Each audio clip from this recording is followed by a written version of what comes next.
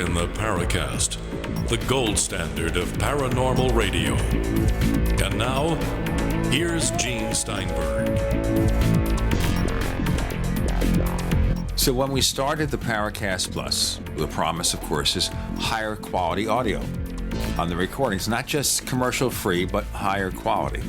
Of course, during this time, Chris has been away from his home studio, and so we had to rely on him on the cell phone network. Now he has an iPhone 5S, which has excellent audio. But when that excellent audio interacts with a subpar wireless network, it still doesn't sound that great. But today you're back to normal, Chris, more or less. Yeah, complete with all the marbles in my mouth. Oh, that's right. You have marbles in your mouth and also chewing gum. I forget, chewing gum. Occasionally, yeah. One time I got caught finishing up breakfast on our first segment and got busted for it. I just wonder about people who listen to things that carefully. Well, it's good to be back here at Home Central. Quite a trip I had, taking around a bunch of acolytes following a Pakistani guru. It was quite the adventure. Now, let me understand here. Is a Pakistani guru just someone from Pakistan, or is that a specific title? No, he's a Pakistani who now lives in South Africa.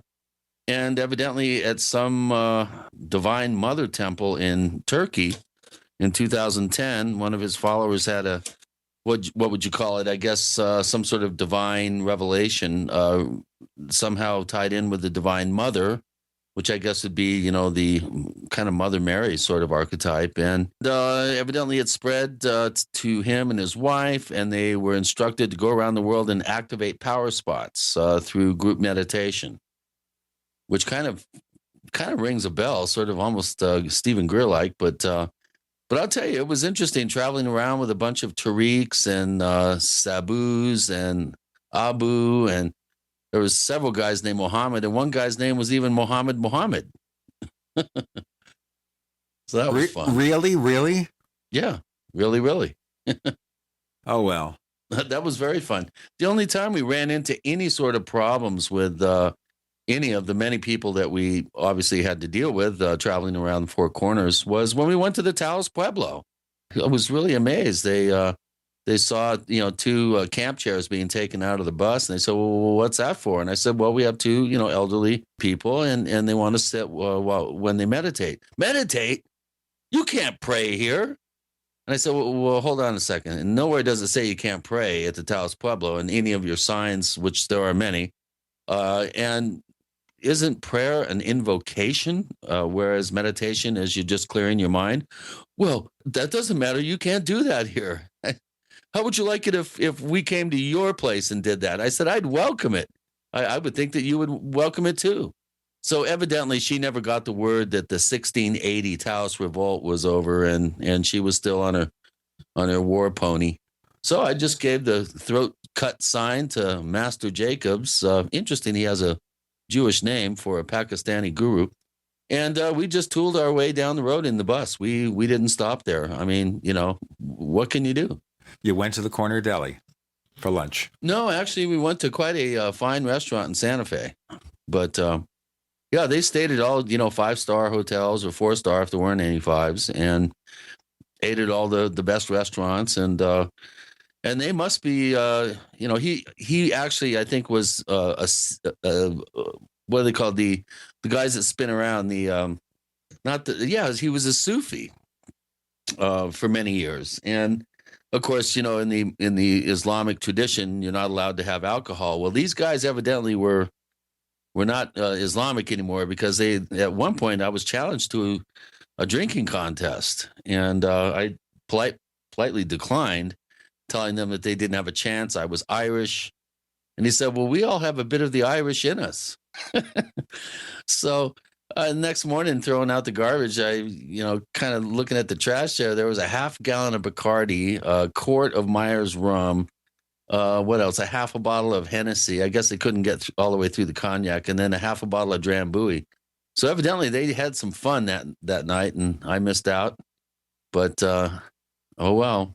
Well, we're glad to have you back, and we have a lot of great things in the offing, of course, with our news program here called Paracast Plus. Let me explain what it's all about for those who didn't hear last week's show. Paracast Plus is a premium service. You order it up with a subscription. You can get a higher resolution ad-free version of the Paracast every week. We've got a few episodes in there already. And Chris and I are working on other content. We might even do something called After the Paracast, which is kind of a separate set of interviews, open-ended, no breaks, whatever, not even for a bumper, but we'll go on for a few minutes. Maybe we'll talk about an episode. We'll talk about different subjects, not necessarily related to the Paracast. We'll see. There's a lot of stuff that's in the works here, and we're still working out the kinks. We're also, of course, welcome your advice about the development angle. In other words, the programming of the premium area. So we certainly welcome your suggestions. To join up, you go to plus.theparacast.com, plus.theparacast.com. That's Plus. And you'll get instructions there how to join our forums if you're not a forum member, how to upgrade your membership to the premium membership, and that's $5 a month, $50 a year. And $50 a year means like buying 10 Starbucks Frappuccinos every year. But we think we offer a much better value than the Frappuccinos. Yes, especially if they're low-cal. Right. These are low-calorie Frappuccinos for $1.25 a piece. No, you can't do that. I can't even get coffee for $1.25 anymore. I was thinking, every week it's $1.25. That's where I get that figure. I don't think you can do that anymore. Right now, the local convenience store down the street from me, that's $1.50 for the smallest cup of coffee. So you got to make it yourself. Break out the old coffee maker and don't give them the business. I don't know. Or they'll give you the business, however it goes. In any case, a lot of our listeners write us and say, you know what, we like the UFO stuff and all, but we've got to hear other subjects. What about Bigfoot? We do Bigfoot every so often. What about ghosts? Well, we do that from time to time. In fact, we have a fascinating little book that we're going to talk about this week. It's called The World's Most Haunted House. That's a most haunted house, okay? The world's most haunted house. That's quite a claim. It's the true story of the Bridgeport Poltergeist on Lindley Street from William J. Hall. And he's telling us here that when all this stuff happened back in 1974, he was a mere lad of 10 years of age. And apparently thousands of people way back then witnessed this phenomenon. And part of what they're promising here in the book from William Hall is interviews and documentation that has never previously been publicized. 40 years, not publicized. Gene, I remember hearing about this case when I arrived in New York the following year in 75. I had a friend up in Bridgeport, and they had mentioned this particular case, and it's always fascinated me. And, of course, the Warrens got involved, and Paul Eno and several other notables, and I'm really looking forward to speaking with Bill about all this. We also have an amazing number of questions. I know one of our regular posters at forum.theparacast.com, Polterwurst, has himself given us like this huge page of questions. And if he were sitting here now, he can probably do a whole show from those questions. Right. That's how many. He is a great friend and a really loyal listener. And we're happy that he and other people who listen to the show have Danke. taken... You said? Danke. Indeed. You speak German better than I do. Danke. All I know is like Danke Shane, that song, which I hate. That's all I know about it. In any case, this is going to be an exciting episode. A change of pace for the Paracast. So let's start with it. The World's Most Haunted House from William J. Hall. A lot more to come. Maybe we'll have a poltergeist tonight? I don't think so. With Gene and Chris, you're in The Paracast. So here's what happened. I was placing an order online. The site went down. It took hours before it returned, but I'd already placed the order with another company. If your site goes down, you could lose business. And if you have a business or personal site, you'll want to know it's easy to run and it will stay online. At iWeb, your site is hosted on one of the most reliable networks in the world. Talk to a sales rep at iWeb.com. Use the promo code TechNightOwl for a special discount. First came Attack of the Rockoids, and it was a critically acclaimed success. And now there's The Coming of the Protectors. A former military intelligence man is contacted by a space woman in a dream that turns out to be a nightmare because evil forces on her distant planet are planning to conquer the Earth. This is gripping science fiction of the classic kind. Attack of the Rockoids and The Coming of the Protectors. Find out more at rockoids.com. That's Rockoids, ROCKOIDS.com.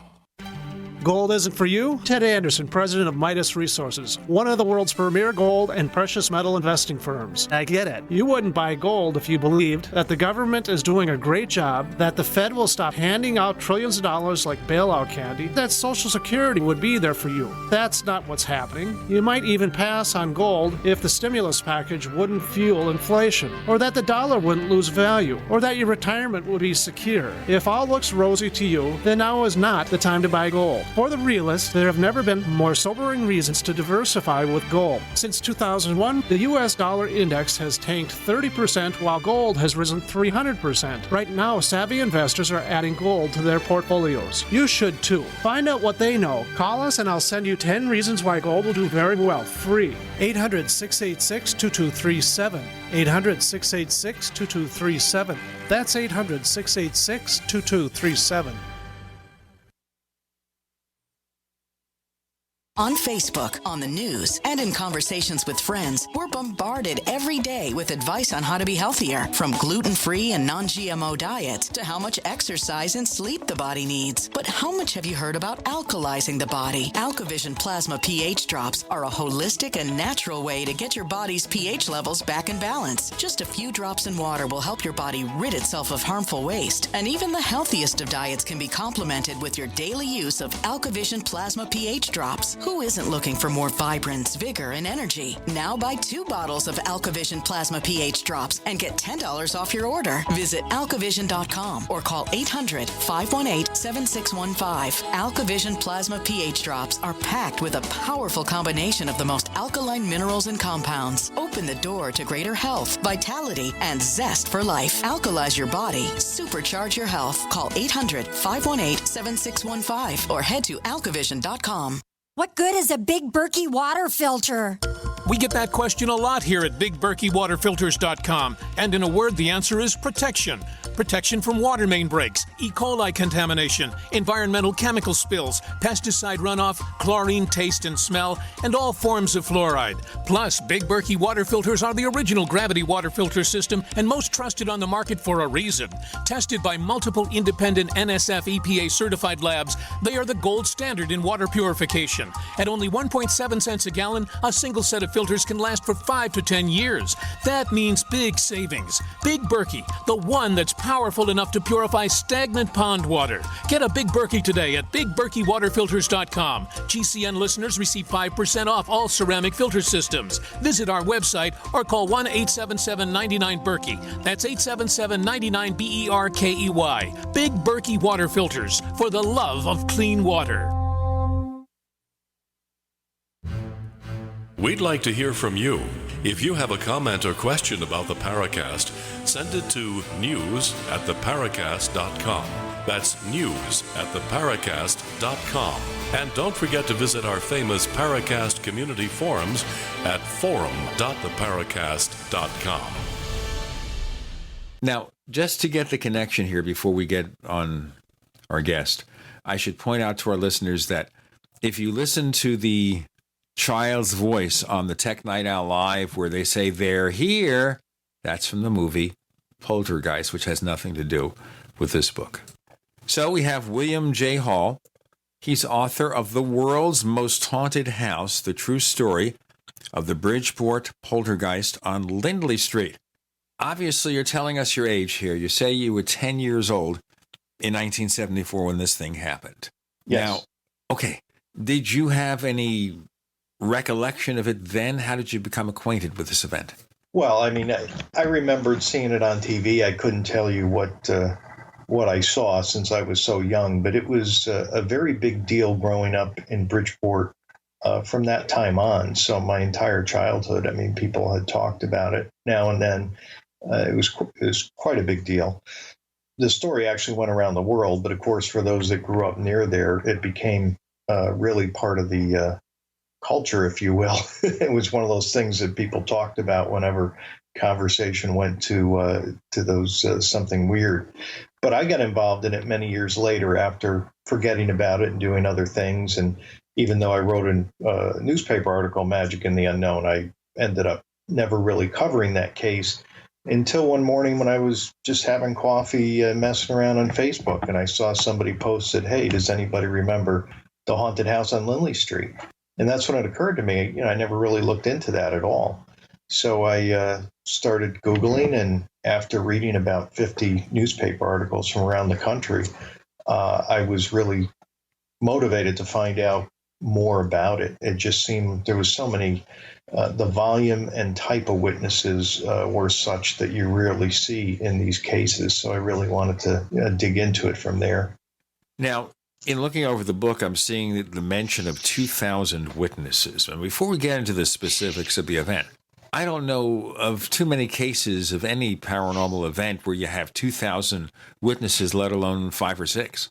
Right. And of course, some of those people, do you believe all the people in the crowd? I mean, I'm sure there was a lot of rumors going on, but there were things that happened that people in the crowd could see, which certainly added to the amount of people. But for me, what mattered most was 3/4 of the police department and, over a dozen firefighters and newspaper reporters and priests and the family and extended family. And all of those put together were really what did it for me.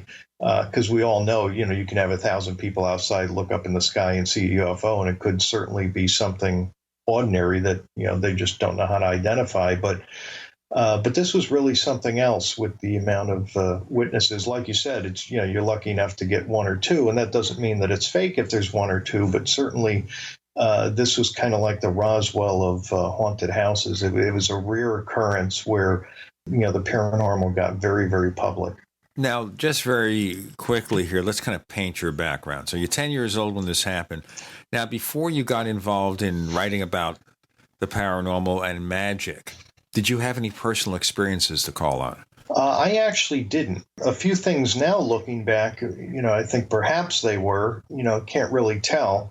Kind of look at things differently once you realize, what's out there. But I can't, I didn't grow up in a haunted house or anything like that. So Lindley Street was kind of the case that really sealed it for me as far as verification of these things, although I was open-minded. I had friends and people close to me that had experiences, and they're not lying, but you always never quite can be sure of what exactly they experienced. But Lindley Street was just, it probably is more evidence than if I saw it myself, because if I saw it myself, I don't know if I'd believe my own eyes, Right. Now, being a magician, though, a lot of times when a person is a magician, you assume they're skeptical of anything really paranormal. They figure it's all a fake.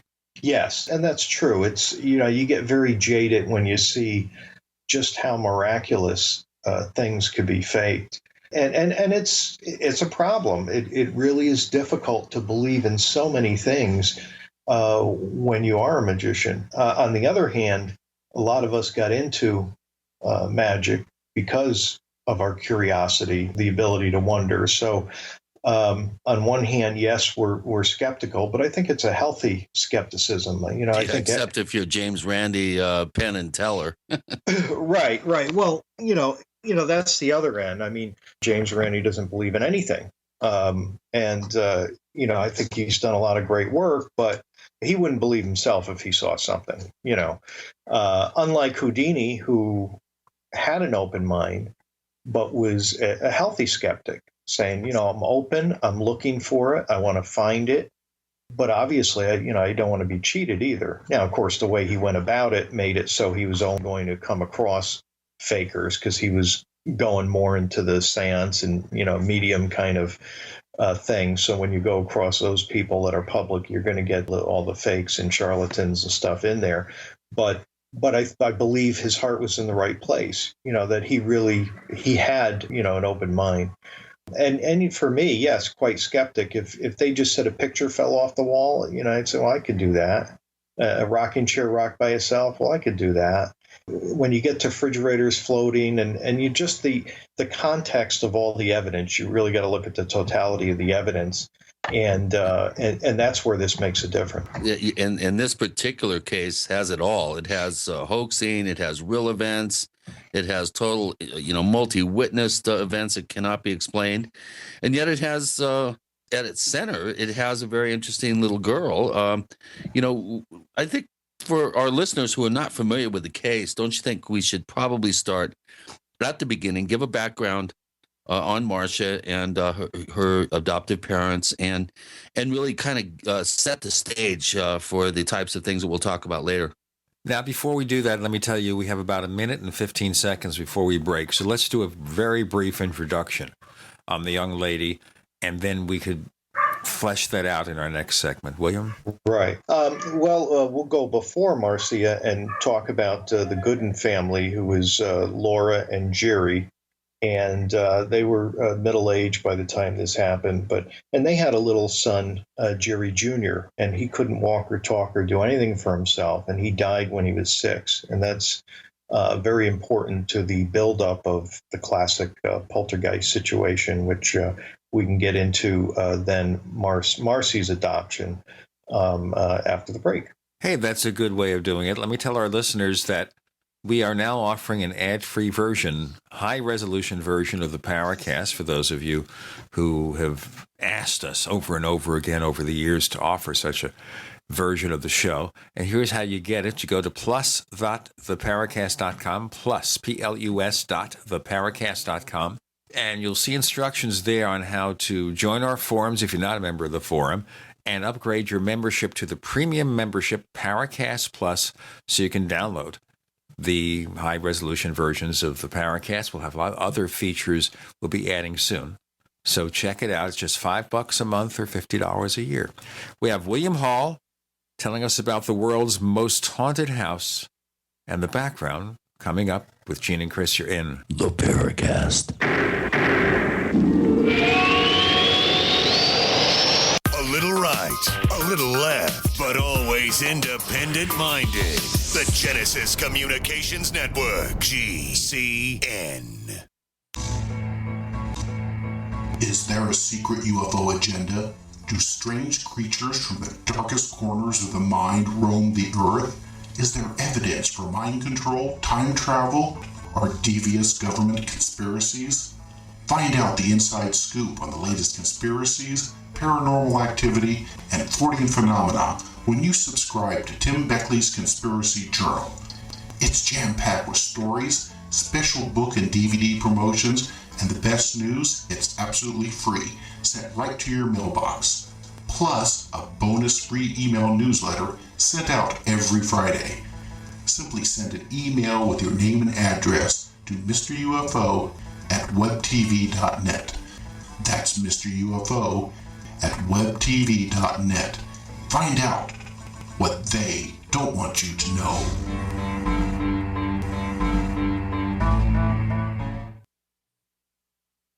Breakfast, lunch, and dinner. 3 square meals you'll need in an emergency. So the Freeze Dry Guys 3 square meal unit sale is just the ticket. A variety pack of tasty, nourishing breakfast, lunch, and dinner on sale now. Breakfast is Freeze Dry Guys' favorite. Hot oatmeal and sweet dehydrated bananas. Lunch is Mountain House freeze-dried hot macaroni and cheese and crisp green beans. And dinner is Mountain House long grain wild rice pilaf and hearty beef stew, vegetables, and gravy. Call Freeze Dry Guy and ask for details on the 126 serving 3 square meals unit. One case normally only $164.37. Sale price at only $138.90. Save over $25. Get 2 or 3 cases and save even more. Or ask about Freeze Dry Guy's Fall Chili Special. Always free shipping to the lower 48 states. Call 866-404-3663 or click freezedryguy.com. And hurry, the Fall Chili Special and 3 square meals unit are on sale while supplies last. From the Freeze Dry Guy, the finest freeze-dried and dehydrated foods available for long-term storage, period. Don't complain about your cable bill going up and up and up. Do something about it. Grab a pencil and jot down this special number, 1-855-905-MY-TV. The more cable TV rates go up, the better digital satellite TV looks. Say goodbye to the cable guy and get more of your favorite channels in 100% digital quality for less money. Call 1-855-905-MY-TV. Sign up for packages starting as low as $19.99 and there's no equipment to buy. You get free HD TV upgrade, a free DVR upgrade, and free professional installation. You control what you watch when you watch it. Record your favorite shows, pause and rewind live TV, even skip the commercials. Watch local channels too. At just $19.99, what are you waiting for? Pull out your major credit or debit card. Call 1-855-905-MY-TV. 1-855-905-MY-TV. Say goodbye to the cable guy. Cut costs and get more. 1-855-905-MY-TV. 1-855-905-MY-TV. If you need to say happy birthday, happy anniversary, thank you, or simply I'm thinking of you, ProFlowers.com is the key. ProFlowers has stunning bouquets, like the best-selling 100 blooms for $19.99. Plus, ProFlowers will include a glass vase for free. Sending someone a wonderful surprise of beautiful flowers sent fresh from the fields is easy. Choose the bouquet you like, pick the delivery date, and each order is 100% guaranteed. Plus, all bouquets from ProFlowers are guaranteed to last at least 7 full days. Beautiful, fragrant flowers, picked fresh and sent to your loved one for lasting enjoyment. To get this incredible savings and send someone 100 gorgeous blooms with a free vase for $19.99, go to ProFlowers.com, click the blue microphone in the top right corner, and enter code PLOW. That's ProFlowers.com. Click the mic and enter code PLOW. Hi, this is Don Ecker, and you are tuned into the Paracast. Let me tell you what, you're going to hear stuff here that you probably won't hear anywhere else. Hear that, George Snorri? Now, I know when Chris was doing his bumper, the Paracast, he was very likely trying to consider what would a poltergeist sound like. I was channeling my inner ghost. That's funny. Okay. So this young lady, tell us more about her. She was adopted by the family. Yes. After Jerry Jr. died, about 6 months later, a priest had encouraged them that they may want to adopt a child, and they went and ended up being placed with Marcia, who was from Ontario, Canada, and she was the youngest of 9 children, and nobody's quite sure of the story with with her family, other than she was the only child given up for adoption. It was said that she was tied to a chair, which of course implies abuse. Again, we don't have a lot of context around any of that. And she was a Five Nations Indian girl, and they adopted her, and she's very, very shy and introverted. The adoption, of course, is a big enough deal in itself. And then add to that being in downtown Bridgeport, Connecticut, she really didn't fit in with the Italian and African-American community there. So they made fun of her at school with a color of her skin, plus being so shy and withdrawn, that naturally makes you a target. And after about a year of being picked on, she's beaten up by a boy in the cafeteria. How old was she when she was adopted? Oh, yeah. She was adopted. She was 4.5 years old. Oh. And they were beating her up? Well, the beating up, she was 10 years old when that happened. So I'm condensing it somewhat. But, yeah, she started out in Catholic school and was doing okay. And then Jerry's hours got cut and switched her to Reed School in Bridgeport, which was a rougher, inner city school situation there. And so when she was beat up, she was 10 years old. And not that that's any better, really, but, and she's stuck at home with Laura mostly, the mother, and they were very, very overprotective to an unhealthy degree with Marcy. Because of losing Jerry Jr., they were always scared something was going to happen to Marcy. Don't let her cross the street; she may die. Don't let her go to walk to school; she may die. So they really had this kind of unhealthy parenting style, which didn't add to all the other problems. And it was during this 6 weeks of being at home in this tiny little house. I mean, their house was a little bungalow, 738 square feet. So it was a real tiny little place. She was stuck there in a soft body brace, recuperating from being beat up. And at the end of 6 weeks of being tutored at home and stuck, with the mother, and they were kind of like flint and steel. She was more of a daddy's girl. That's when this explosion of poltergeist activity took place. That almost explains it. Yeah. I mean, there was enough going on in the house without the poltergeist, but you could see this is a classic kind of setup for a poltergeist. And I'm a bit different than some in that I don't. One of the theories, of course, is the RSPK. I'm not big in. I'm open-minded as to what it could be, but I tend to think it's not that. But we all agree Marcy was definitely at the center of it. As a matter of fact, shortly after she was adopted in 1968 is when anything of a paranormal nature started. Very, very mild. The parents didn't know it was. Well, of course, I didn't use the word paranormal back then, but didn't know it was supernatural or anything. Just Jerry actually thought he might be going a little crazy. He saw a door move a little, or keys are being misplaced, thought I pulled the chair in, that kind of activity. So it wasn't very big at all. But that happened coinciding, with the adoption of Marcy shortly after.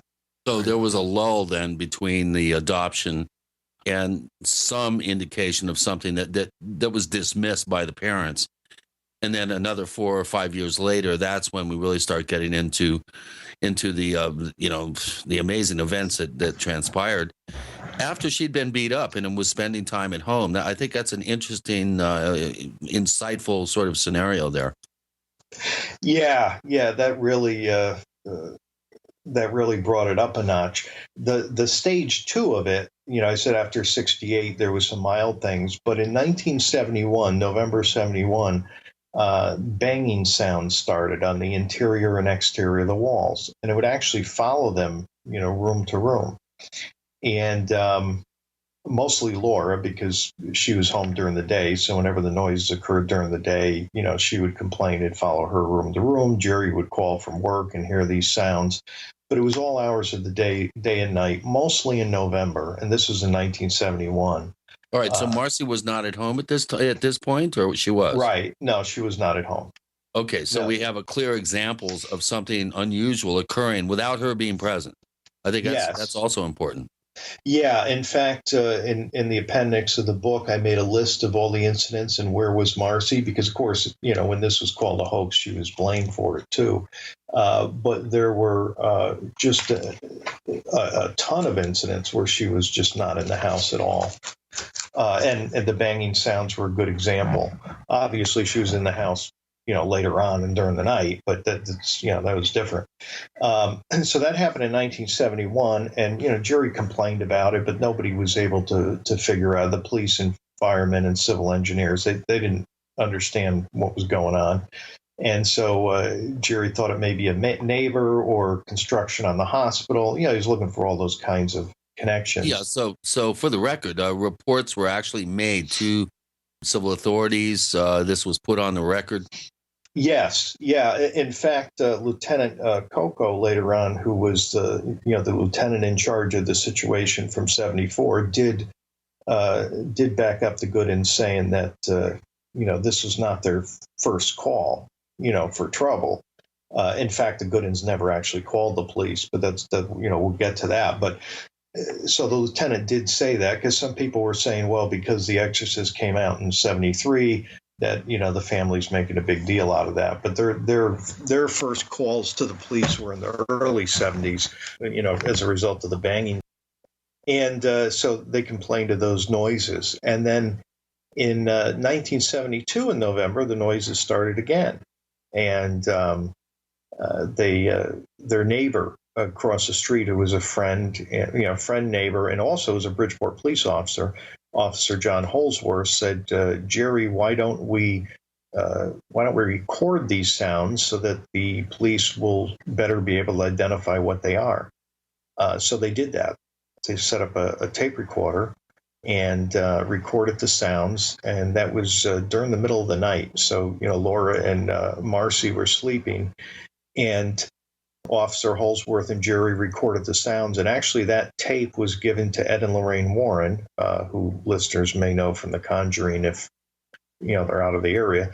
And Ed and Lorraine Warren ended up giving it to Boyce Beatty, the lead investigator, and then Boyce ended up giving it to me, and actually that's on a web page from the book, so people can actually hear those sounds. But that tape was recorded in 1972.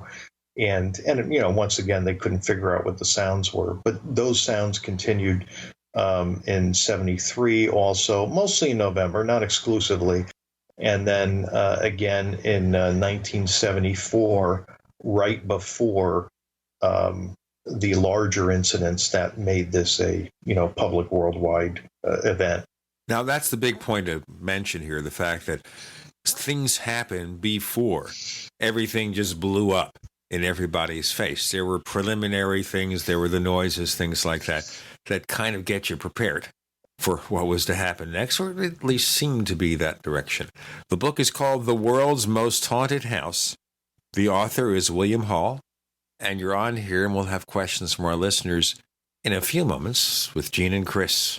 And let's see if Chris has a really good poltergeist voice here. Let's channel it. I don't really think we need to do a countdown. Let's go right into it. You're in the Paracast.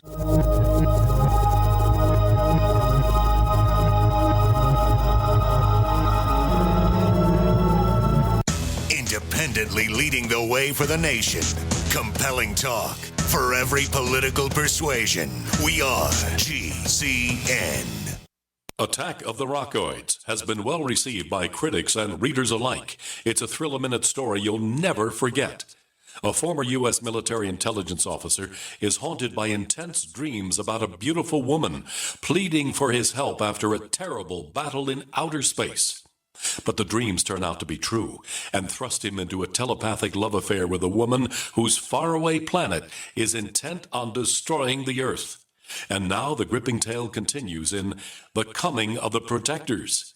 It's the second book of the Rockoids trilogy, a galaxy-spanning adventure that pits our hapless heroes against powerful, fanatical enemies that threaten the lives of freedom-loving beings everywhere. Attack of the Rockoids and The Coming of the Protectors. Classic science fiction at its best, available now. For more details, visit rockoids.com. That's ROCKOIDS.com. The experts at Web.com want to build your business a successful website for free, just like we did for these current Web.com customers. We've used and looked at other website designers, but there's nobody better than Web.com. Web.com can build your website in as little as 7 days free. Plus, we'll promote it on all the major search engines like Google, Yahoo, and Bing. If after 30 days you're happy, we'll continue to provide promotion, hosting, support, and maintenance, all for one low monthly fee. If not, cancel and pay nothing. If you're in business today and you don't have a web presence, you won't be taken seriously. Call right now and you'll also get a free .com or .net domain name for your new website, powered by VeriSign, the world's leading domain name provider. Call 800-297-0154. That's 800-297-0154. No upfront charge for site build, after which ongoing fees apply. Rights to site are relinquished when canceled. Domain included during active service, after which fees apply. That's 800-297-0154. This alert just came in. This special announcement is for business owners and leaders of organizations who've been waiting for the right time to build. General Steel has made it impossible to wait any longer with rock-bottom prices that could save you thousands. That's right, General Steel, America's leader in pre-engineered structures, is offering buildings at prices you will never see again. Don't miss these prices. A 50 by 100 for $35,000. You heard right. That's 5,000 square feet for $35,000. Manufacturers, if you need a larger building, try a 100 by 100 commercial building for $129,000. You can't afford to rent with these prices. Imagine a 70 by 100 foot church building for under $69,000. With the economy improving and interest rates still at historic lows, you can't afford to wait. So call 866-91-STEEL. Lock in your price now. Call 866-91-STEEL. That's 866-917-8335. Hey everyone, my Ghost 80% AR-15 project was a total success. Thank you, Guns80.com. Thank you. I bought my Ghost AR-15 at Guns80.com. It's everything I expected more.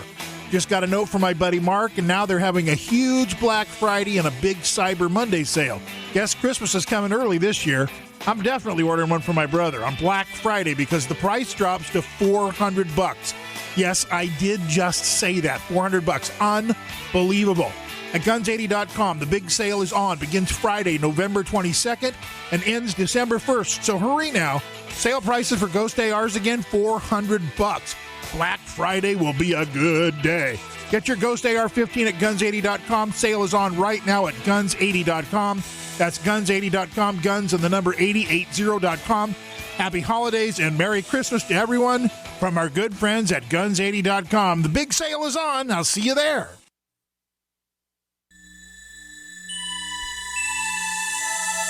This is Jacques Vallée. You're listening to the Paracast, the gold standard of paranormal radio.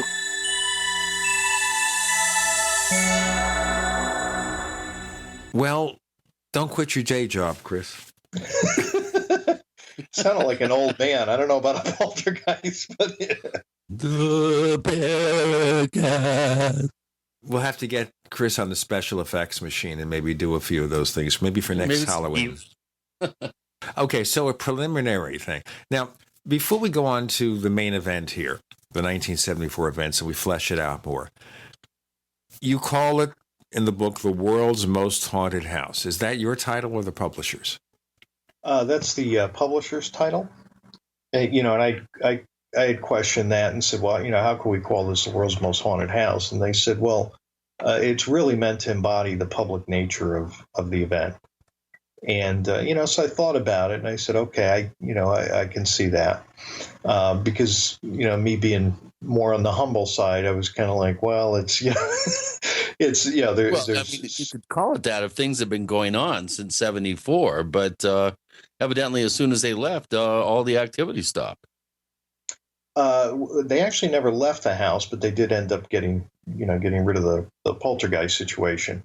But yeah, it was meant to embody the very public nature of the event, and that being so widespread. So I thought in the end it was a a nice way to say it, but my original title was more about the address, which of course I wasn't thinking at all about privacy and things like that. So it probably was a good idea to change it. So all right, let's get back to what's happening here. We're getting to the main event. It's not just the noises. More happens. What's the prelude to that? Well, Jerry, Laura, and Marcy go to New York as they do every other weekend to visit family, and they come back, and Jerry is bringing in the groceries, and Laura's in the kitchen, and Marcy is still sleeping in the car. And so Jerry's bringing in groceries, and Laura's putting eggs away, and the table lifts up and flips, throwing groceries around the kitchen. And of course, Laura screams. She's a little bit, neurotic and on edge to begin with, and this certainly didn't help for any of us. That must suck when that happens. Yeah, right. Yeah, I can count the amount of times that happens to me. There's a standalone Sylvania TV, very heavy console that comes down on Laura's foot, ends up breaking her toe. Of course, she doesn't know it's broken at that point in time. So she screams, and Jerry comes in there, and more activity starts. Dishes are flying around the kitchen. a knife, a set of knives in a block. The block actually pulls itself off the wall. It's actually screwed to the wall, and the knives come out and fly all over. And so and naturally, they're going a bit insane over it. And suddenly it calms down a little bit. So they clean everything up, and they get Marcy. Clean everything up. I'd be out of there. I'd be out the door going, what? And Marcy's in the car sleeping this whole time. She's sleeping. Yeah. Now, the reason it's important you mention that through these events, she was not always in the house when this happened. Right. And that's very important, and maybe to emphasize again and again, especially when you pointed out that one of the early events occurred when she was not in the home. So she's sleeping in the car. Right. Yeah, there's, I would probably, I haven't divvied it out, but I would say it's probably around 60-40, 50-50 of events, where she was there or not there.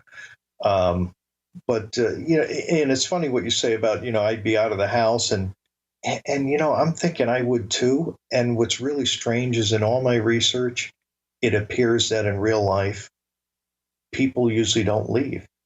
It's very strange. But I guess there's a lot of differences between these things when they happen for real versus in Hollywood. In Hollywood, there's always one response, which is, the scream and run and whatnot.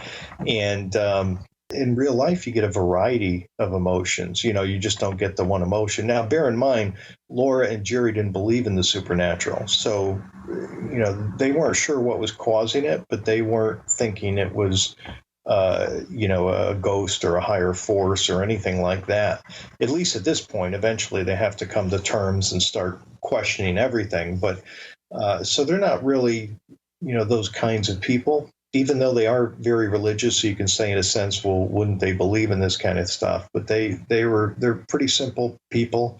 He's a maintenance man, she's a housewife.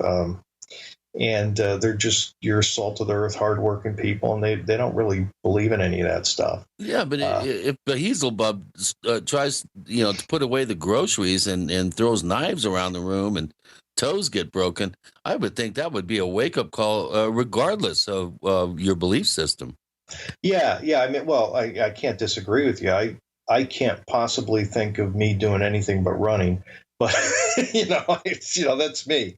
So, and there were plenty of times where they didn't stay in the house. But, but it's like I said, that's one of the things that I found to be most unusual is the tenacity of the people when things happen in their own home. They tend not to leave, or if they do, they tend to leave for periods of time versus, permanently. It takes then an awful lot to convince anybody to leave a home when things go wrong. We're so tied to our homes, we have so much invested in it that even if the house is damaged, you want to rebuild it. Yeah, I mean, that's a good point. I mean, like I said, to Chris's point, I would have been out the door. I mean, I'm thinking I would have been. I can't imagine me being braver in real life than in my imagination, but, who knows? But they did, it quieted down, so they didn't know what to do. And it's kind of the thing of now, who do you talk to about it? They did stay up till about 3 a.m. that morning and finally got to bed. And Jerry woke up the next morning and looked all around the house. That's the start of their kind of new normal, where Jerry would always be the one first in the house. He would always be the one to look around the house, that kind of thing. And that morning, he found the refrigerator blocking the door. And the table flipped again. And they have these 3 recliner chairs in the living room, and they were opening and closing by themselves.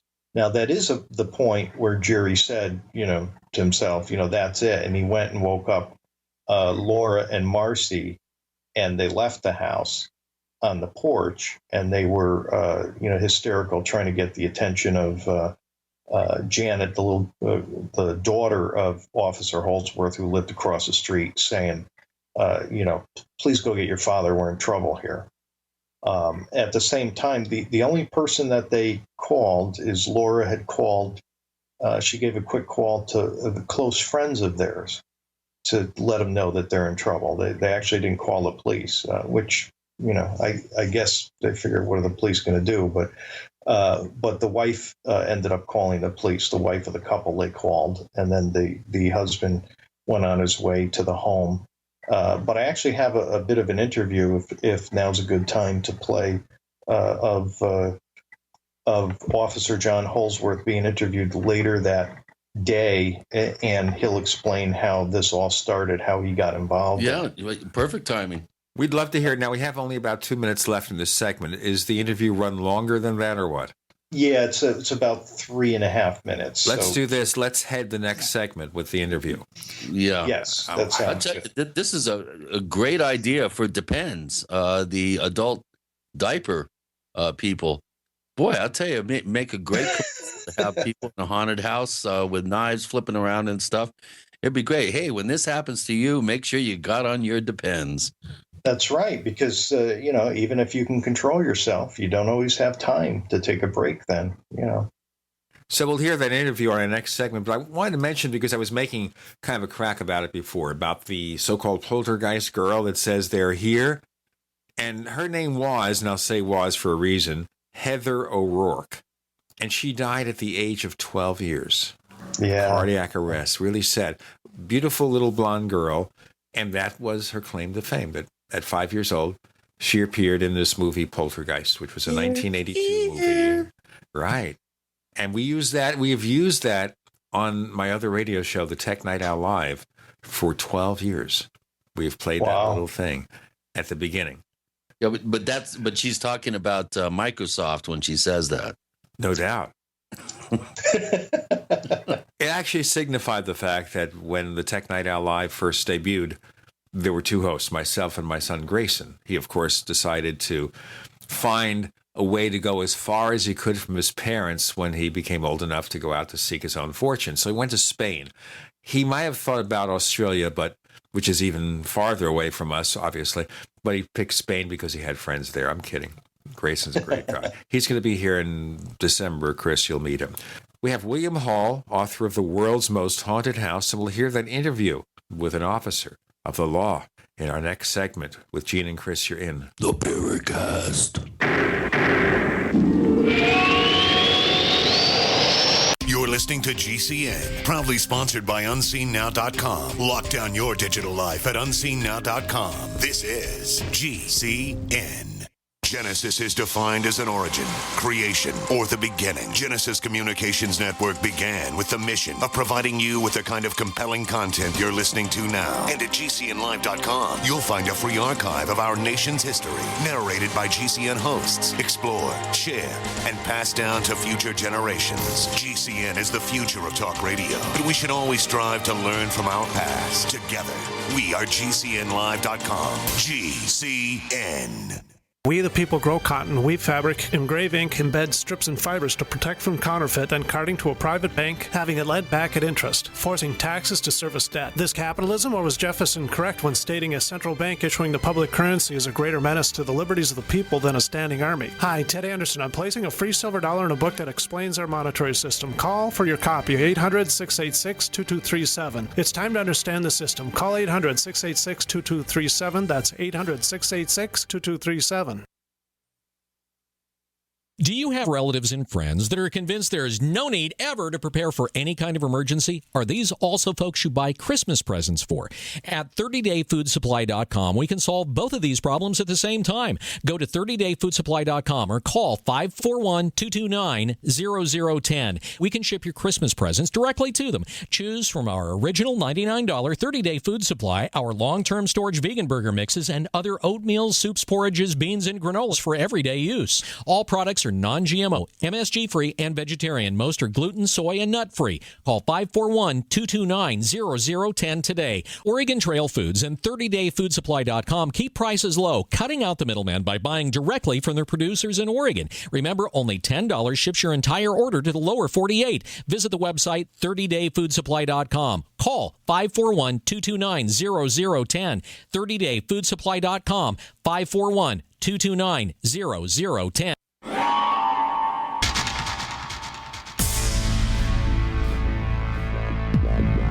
Welcome back to the Paracast, the gold standard of paranormal radio. And now, Here's Gene Steinberg.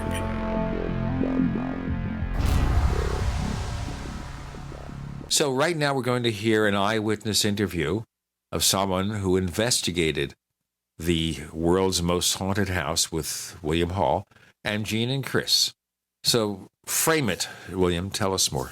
Officer John Holsworth was the first police officer to the scene. He was off duty, and he was a neighbor and friend of the Gooden family, lived right across the street. And their hysterical cry for help from the porch got the attention of his daughter, who was walking the dog, and said, "Please go get your father. We're in trouble here." And he came over and went inside while they were still on the porch and witnessed a bunch of things. And actually, I was just recently giving a lecture, and one of his family members showed up and said it changed his life. Had some negative impact on him, unfortunately, and he's not with us anymore. But this was an interview taken by the press later that day of his involvement and what he experienced and what the scene was like that day when this broke to the public. 975 Lindley Street. And you're with the Bridgeport Police Department? Yes, sir. Can you tell me, did you respond to the call? Yes, I did. My daughter was walking the dog, and she ran into the house and said, "Jerry and Laura," which we know them by, had an emergency. Would I come right over? I come over and found the three of them on the porch hysterical. And what did you find when you came into the house? I come in, I found everything array. I mean, just disarray. The table's over, the chair's over, the icebox moved, the television moved, and I was the only one in the house, and they were still on the porch. Did you actually see anything move yourself? Yes, I did. I just told you. I saw the icebox move. I saw the television move. I straightened the television. It turned around. I saw the chairs open and close. Was there any other phenomenon that you observed? Nothing else other than settling the people down. I said, did you also see the cat? No, the cat was not around. Okay. And did you also witness the little girl in the chair that was pushed back in the front row? Can you tell us about that? Yes, I did. I seen her fly back 3 or 4 times. This later on in the afternoon, I left and come back and saw this. And did you test the chair to see whether it was possible that the girl could do it herself? No, there was no way. There was a priest here at the time when I returned across the street who tried it himself, as big as I am. I'm 6'2". I weigh 220 pounds, and he couldn't move it. And she just flew back like there was nothing. Like a feather. Have you ever been involved in any psychic phenomenon before in your years on the police force? 15 years, no. Nothing. What was your belief in hauntings and poltergeist activity before? You probably heard about it. What's your belief now? I thought it was a poltergeist right away when I thought about it. And I believe in this, but I don't follow it. I see. Anything can happen. I see. So you were surprised. I mean, you came to this believing that it could happen. No, everything can happen. Anything can happen. How was this reported in the police department? What kind of a report would be turned in? I don't know. I have to make a report myself. I was called by the Lieutenant Coco, Bridgeport Police Department, who observed and controlled the scene here today. I see. Did he observe any phenomenon, do you know? I don't know. Other officers at the scene, I have to make my report, like I say, and get names of the other officers who did observe. Were there many officers who observed? There was 10 or 12. 10 or 12. And also, I believe there were firemen also. Firemen also, right. Firemen were here. It was 10 firemen, 2 chiefs. And they observed the phenomenon that actually had seen things happen. I don't know what their activity was. I wasn't here. I was across the street watching my baby when the firemen arrived. But they walked out of here and they were afraid. I see. Thank you very much, officer. That was Officer Holsworth. Wow, sounded pretty straight ahead, Jack Webbish. Pretty impressive, actually. Yeah, I mean, it's it's funny. All those guys were that way. I was quite impressed with the way they went about it. I mean, most all of them. There was one police officer that left the house, but I mean, he got hit with a cross that came off the wall. So I mean, I can't say I wouldn't have done any different. But most of them, went to the phenomena. They saw something happen. They went and they tried to eliminate all the the obvious things. One particularly impressive observation, a police officer was saying when he was being interviewed, do you think this TV moved on him? And he said, do you think the TV, somebody could have pulled it with a string or something? And he said, no, absolutely not. He said, because I went over to it and the bureau had dust on it. The TV, and especially in the old days, they had those rungs underneath where you kind of hurt your hands when you carry them. I don't know if you remember, but and he said the TV, the marks it made in the bureau from the dust were very precise in a semicircle, just made from the underneath of the TV rungs. He said if somebody was doing a trick and tied something, it would have dragged it across the dust, disturbing it to a much greater degree and in a much more haphazard manner. Observations like that were they did a really great job in trying to look at these things as they happened. With the refrigerator floating, they looked under it and on top, and one went in the basement even and looked at the ceiling. I mean, these guys were really went about it in a very good way. So it sounds to me like they were really looking for possible evidence of trickery. Or something else, not necessarily trickery. I mean, the initial thing the police thought it was Marcy. They did initially think it was her until they saw things happen, because things were happening in every single room. That's when, of course, when they saw the refrigerator float, they knew then, Marcy was off the table as far as. Why did they initially suspect her? What would give them the idea that a 10-year-old child would be able to manifest these types of effects? Well, without knowing details of the kinds of things that went on, there have been cases where kids would do that. Normally, when outsiders are brought in, it's quickly exposed because you can fool your parents. Maybe the parents don't believe that it would be you, but somebody outside would say, okay, if it's not the parents, let's look at the child. It's kind of a natural thing to do. So that would be why that they would do it. But of course, that was quickly put to rest when they were seeing things themselves. And that's how strong this activity was. Normally, you get a bunch of people entering an environment like this. It's very unlikely you would see all these things happen, at least initially. Usually things calm down and you have to wait quite a while before you see something. And there was a lot of people going in and out of that house, and there were things happening, in front of them, which makes it an extremely active case as these things go.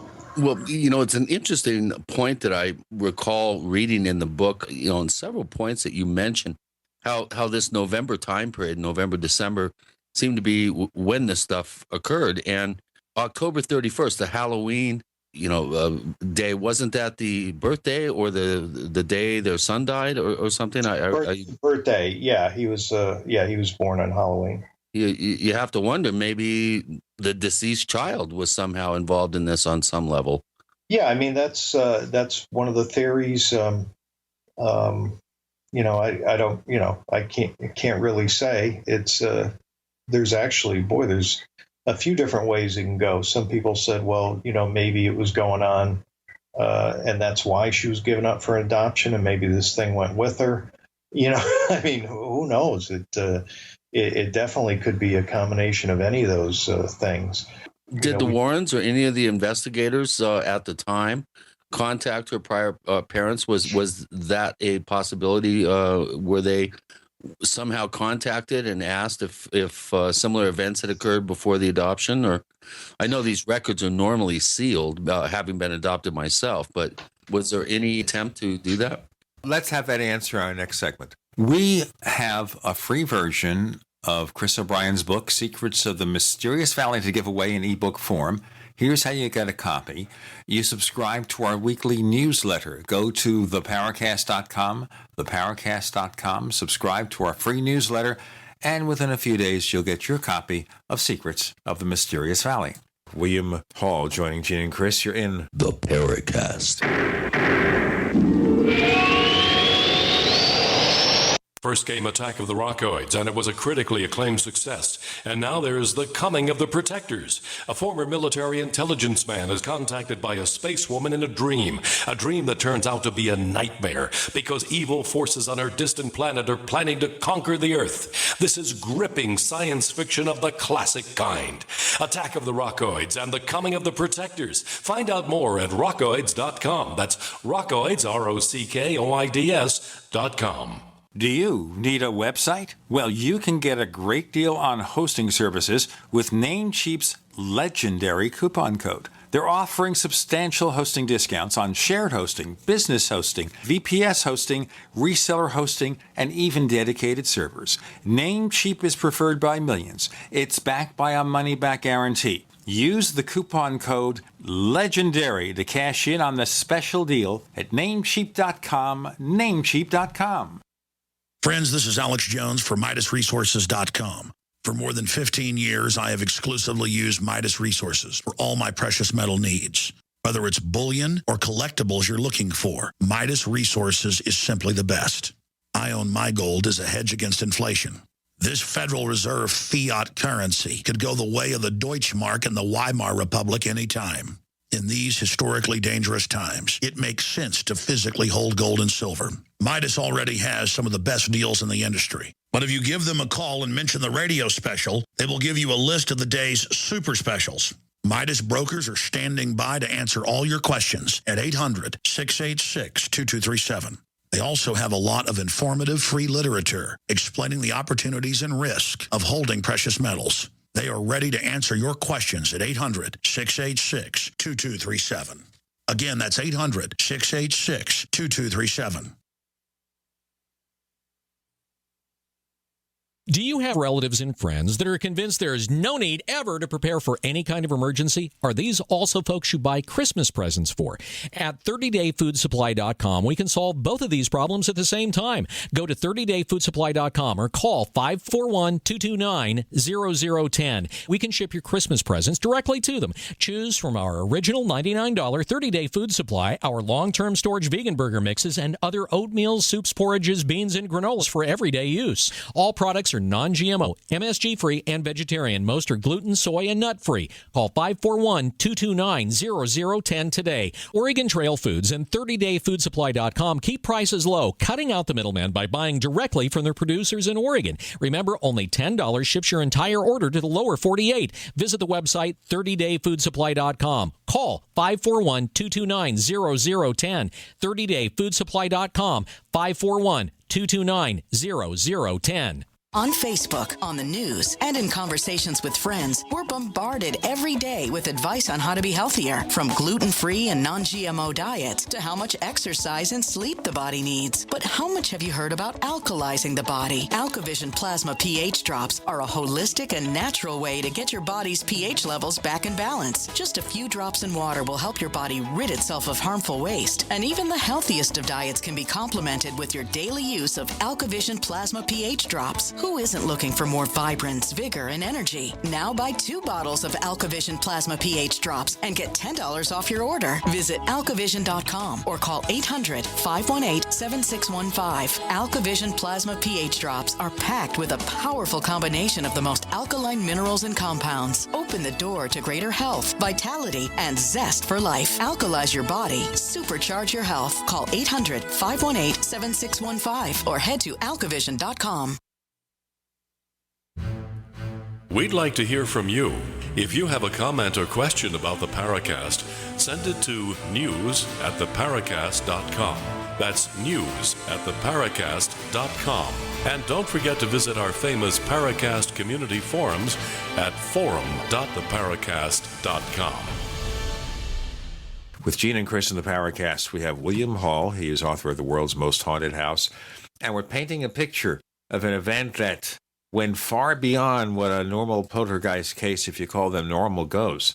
Now, Chris asked you a question at the end of our previous segment. William, would you answer it? Yes, certainly. No, there was, from what I understand, there wasn't an ability to contact the prior, the adoption family. So unfortunately, we don't know a lot about that. The insinuation is that she was abused, tied to a chair for many long hours, and that sort of thing. So, we don't have a lot of information on them.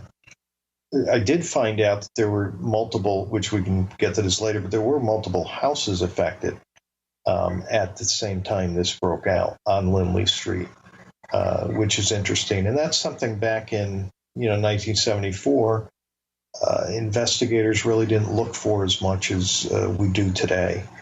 All right, let's maybe segue to that for a moment, because there's a lot of ground to cover. And Yeah, that's certainly, interesting. Yes. Okay. So other houses were affected. How? They had three houses that I discovered that were haunted that started at the same time the Goodins did with the explosion of activity, not from '68, with different kinds of entities, much lower level kind of hauntings, voices, footsteps, things like that. One of them is detailed in the book. The other two didn't want to really go into it, other than they identified that they had trouble too. And they were all on the same side of the street as the Lindley home too. I don't know if that makes a difference. I don't see why, but it just happened to be that way.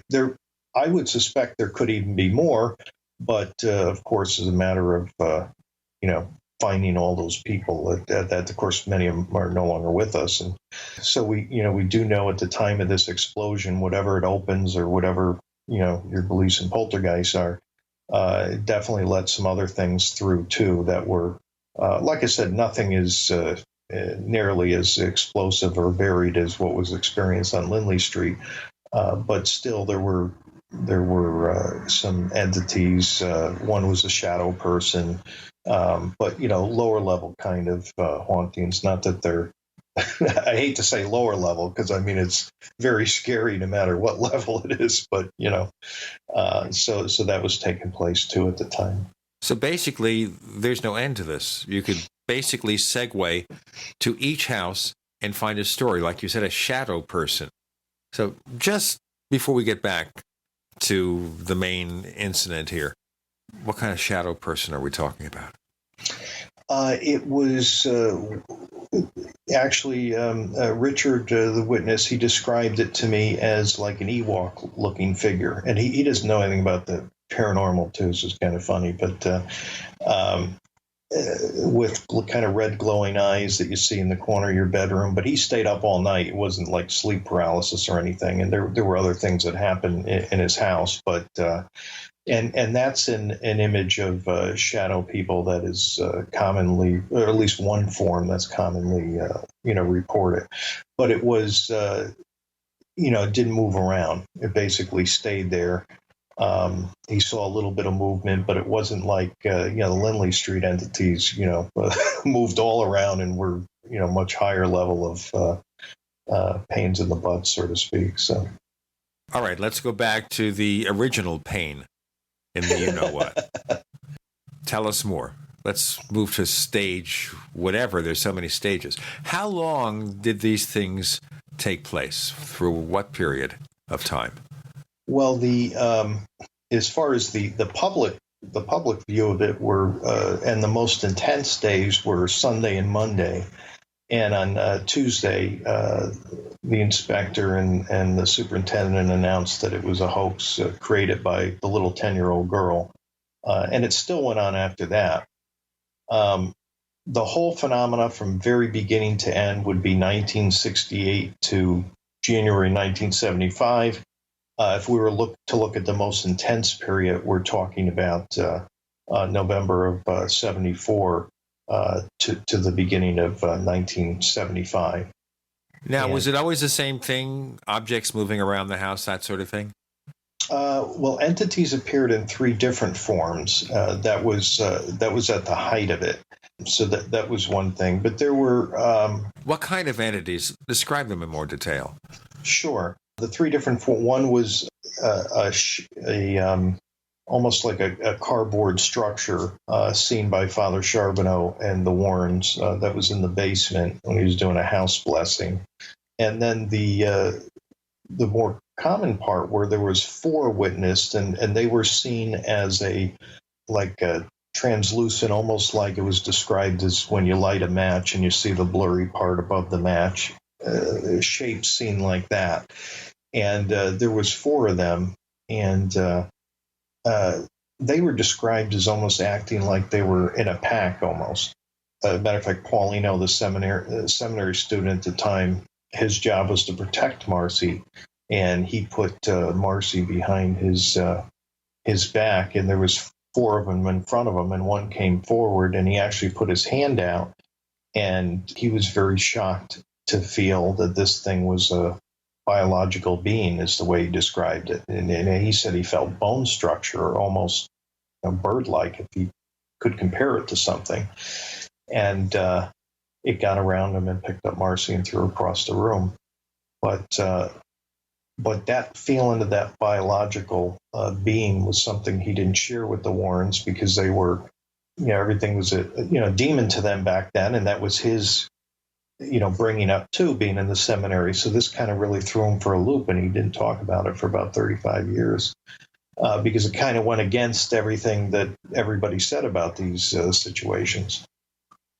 And then the third entity type was more is described as a yellow-orange, like billowing smoke. And at one point it filled the house where they had to actually leave the house. And of course, other times the appearance was simply couldn't see something. You couldn't see something, but it was disturbing, animals and doing other things. Well, speaking of animals, there's a couple of very interesting incidents involving the family cat. And some people would say it would be ventriloquism if it was a hoax, but evidently the cat developed a vocabulary. You want to talk about that real quick? That's a question from Poltergeist, who has, if we asked all the questions that he has posted here for you for your appearance on the Paracast, we could spend the whole show just talking about his questions. And a big thank you for Poltergeist for being so engaged in this particular case. He's quite up to speed on it. It's interesting here how close that name resembles the phenomenon we're dealing with here. Well, let me read what he said about that. First of all, my forum nickname Poltergeist is not intended to ridicule the subject of poltergeist. I got to do the break, and then we'll go into that further. Okay, so he assures us that's not the reason. Let's go into more of this in a moment with Gene and Chris. You're in the Paracast. Great minds think alike. The network for the independent-minded. The Genesis Communications Network. GCN. Graphic Converter is the image manipulation tool for the rest of us. It does not use any database. You get full control of all your files. Want to view the images of a folder? Drag it into Graphic Converter, and a powerful browser opens up to show your image files. You could use it for slideshows. You could use it to import images from digital cameras or from scanners. Need to do some image editing? You can do that too in Graphic Converter. Also print catalogs. Convert from so many formats I can't even list them. Download now to see if Graphic Converter is good for you, like 1.5 million other users. Guess what? You could save money when you buy Graphic Converter. Use the coupon code Night Owl. Use the coupon code Night Owl to get a special price for Graphic Converter. Go to lemkesoft.com. That's LEMKE soft.com. lemkesoft.com. LEMKE soft.com. We live in a complicated society. Stressful issues are always popping up. Have you ever been treated unfairly by someone? Have you ever been overcharged for a repair? Have you ever signed a contract or a document? Worried about identity theft? How many times have you been in those unique situations where you just wanted to call an attorney to find out if you're right or wrong, or what your legal rights are? But every time you think about calling an attorney, what do you think about first? That's right. Who do you call, and how much will it cost? Our friends at Legal Shield have found a solution. With a nationwide network of 6,900 attorneys who average over 19 years of experience, Legal Shield's law firms take over 40,000 calls per week helping their members. For less than $20 per month, you can have access to Legal Shield on everything from the trivial to the traumatic. Let Legal Shield stand up for your rights at lsprotection.com. That's lsprotection.com. Or call 855-340-SAVE, 855-340-7283. Results will vary from case to case. We all know that Berkey Water Purification Systems are the most trusted name in water filtration. As an authorized Berkey dealer for over 6 years and serving thousands of satisfied customers, the Berkey Guy offers amazing specials for Berkey Water Filtration Systems. The Berkey Light Systems include a set of self-sterilizing and recleanable black purification elements that purify water by removing chlorine, pathogenic bacteria, cysts, and parasites to non-detectable levels and remove harmful chemicals such as herbicides and pesticides. Order the Berkey Light System today, complete with 2 black Berkey elements for only $231, and the Berkey Guy will ship your order free of charge. With the purchase of a Berkey Light, the Berkey Guy is also offering a set of fluoride and arsenic filters for only $39.99. That's over 30% off the retail price. Call the Berkey Guy at 1-877-886-3653. That's 1-877-886-3653. Or order online at goberkey.com. That's goberkey.com today. With autumn in the air, it's time to think about getting ready for winter. And it's time to save at herbalhealer.com. You'll find amazing seasonal savings to prepare you for the fight against cold and flu season. Like Oregacillin to promote lung health. 30 capsules, regularly $34.95, now only $25. HHA olive leaf, a natural antiviral, normally $16.95, now 60 capsules are just $12. HHA elderberry power, a great flu and virus fighter, regularly $16.95, 60 capsules, now $10. Save on all our homeopathic detoxes. Choose from lungs, kidney, liver, brain, libido, or whole body, normally $26.95, now just $20. Visit herbalhealer.com and click on the Fall Winter Specials button to save on all our natural cold and flu fighting products. Also explore our Herbal Healer Academy correspondence courses that teach you how to handle your health naturally. herbalhealer.com, healing the world with nature, one person at a time, since 1988.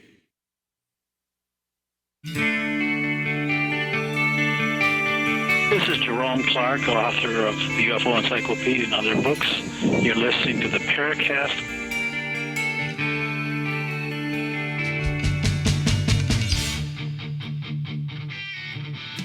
So Poltergeist assures us that he did not pick his name because of a connection to poltergeist phenomena, but he asks really, really intricate, detailed, knowledgeable questions, Chris O'Brien. We're talking to William J. Hall, author of The World's Most Haunted House. Chris? So, yeah, we were, before we went to break, we were talking about the family cat. And it's interesting to me when pets and other biological creatures are brought into a case like this. And this is particularly compelling. Why don't you give us a quick background on that aspect? Yes. Jerry swore up and down, was very, very serious about it. Not literally swore, but you know what I mean? He would hear banging on the cellar door, and he said the cat would say, let me out, you dirty Frenchman, which, of course, everybody would laugh when he'd say that, and he'd be very, very serious about it. Now, he said the cat would say it, but bear in mind, of course, he never saw the cat say it. The cat was the only one down the basement, so therefore, he associated the two together. And I think that's a lot of what happened with the cat. There were other times where police officers heard the cat speak. And again, they thought, I don't believe the cat actually spoke. I believe it definitely was audio phenomena. Now, how well that audio phenomena was in sync with the positioning of the cat, whether on purpose or, by accident or, just through our own inability to be very good hearers, our hearing's horrible when it comes to direction, all that kind of stuff. But I look at it as more of like a proximity effect of whatever is close by gets associated with the sound. And it may be a little bit more than that. It may be, like I said, something targeted by, whatever it is. Ed Warren was quite mad. He ran out of tape because he wanted to record it because he was curious as to whether the voice would come out on tape, or whether it was more of a hallucinatory kind of, not hallucinatory, but more of a just a phenomena voice where it doesn't record. Sometimes you record and later you hear voices or something on them, and other times you record the voices, they don't come out, so, but he had run out of tape from doing interviews because he had wanted to get the quote unquote cat on tape. But there was a lot of audio phenomena in the house. I mean, there was the footsteps, the banging on the walls, the knocking on doors. And the police that were on crowd duty sometimes did complain about the swans. There was these swan planners that moved by themselves, which is, where the crowd witnessing the phenomena really comes into play. And they heard these guttural voices, and they said the swans are making, these guttural voices. And again, that's another case of, was the sound coming from them, or was it just coming from the area and being associated with the swans because they also moved on their own? So that's kind of the audio phenomena going on there. But now, to make it more complicated, Marcy did pretend to make the cat talk. Not very good, and it really didn't fool anybody, but that ended up, of course, being confused and, with the other part of it, making it part of that whole experience. The one difference, in the real cases versus, the horror movies is, when you have real people, you have just a variety of things that happen that, you don't experience in the horror movies. They don't build these things into them. The police officers two police officers ended up playing a joke on another police officer and said, Marcy, go. Great. Just what you need. That's what I'm saying. It's just, and, and some of this stuff, and I feel bad because some of the people who, would defend this as being real. And, I'd have to tell them, no, that part wasn't real. That was the officers playing a joke. That kind of begs the question, why would Marcy, with all the real stuff, apparently real phenomenon going on, why would she kind of piggyback her particular agenda onto that? And what would be the rationale for that, number one? And number two, it sounds like she wasn't really taking a lot of this as seriously as you would think, because she would then attempt to duplicate some of the effects or maybe even create some of her own. How do you look at the psychology of a 10-year-old attempting to piggyback her own agenda on this? Well, and that's one of the things that I did find in my poltergeist research is the children, and it's tough because there's a variety of things going on, but it almost appears, and some have theorized, that the children have some sort of negative bond to these entities, for lack of a better word, almost like a negative relationship, that they're each getting something out of it. So that's one thing, which may or may not be true, but everybody was amazed that, Marcy doesn't seem as afraid as she should be, or, she'd scream, but then go back to doing other things, and that's kind of hard to explain because, the people on the scene and have an expectation that a child is supposed to be frightened to a certain degree by certain levels of phenomena that they've never seen before. And some of their assumptions, I would say, probably are spot on, and others might be just what they think people should be reacting like. Almost like, we said, well, why didn't the good ones run out of the house? In real life, people do stuff a little bit different than what we expect. But there were times she screamed, cried, wanted to get out of the house, was scared. But there were plenty of times where she was excited. There was a lot of people in the house. She didn't have a lot of people to talk to. And when the policemen are all there and talking to her and paying attention to her. And she was getting attention too as well. Yeah. So I think we don't know behind the scenes when she was more alone how she felt. But certainly, like some people say, well, why did they stay in the house that next day or whatever? But there was a lot of people there. So that's the other thing. And then the Warrens told them, if you leave, this thing's going to follow you. Let's front load them with that particular. Right. Yeah. Let's scare the heck out of them. Of course, they were at the point later on where they were going to leave, and they said, we don't care. It could try to follow us, but we're going to give it a shot anyhow. Well, let's talk about Ed and Lorraine real quick. Of course, the Warrens are very famous in the annals of haunting investigations. The Amityville horror case, I believe, was one. There have been a number over the years. How soon after this story broke in early November were the Warrens brought into the case? And give us kind of a sense of the front loading that they brought to bear. They were brought into the case after all the emergency vehicles were there, and there was already a crowd forming. So this had started to get public. It was later on in the day. They were called by Mary Pasquarello, who was a neighbor of the Goodins, and she called and said she had seen the Warrens at a lecture and called them and said, hey, we've got a real problem down here, and there's emergency vehicles and everything, and the family is it's haunted, and all the police are coming out scared. And so told him the whole story. Ed at first said he couldn't make it because they were in the middle of doing a case at the time. She pleaded with them saying that this was really, really bad. And so they said, okay, they'll come down. They called Father Charbonneau, who they work with sometimes, and he came down. And Paulino was actually on his way to have dinner with the Warrens. Lorraine is supposed to be an amazing cook, and matter of fact, he still says to this day, I never got my dinner. But so he ended up going with them. All four of them went down to Lindley Street together. And it was, I would say it was early afternoon that they got there. And they were there for most of that first day when it really broke out. And the very next day, that was probably the worst day, which was Monday. And they were there quite a bit.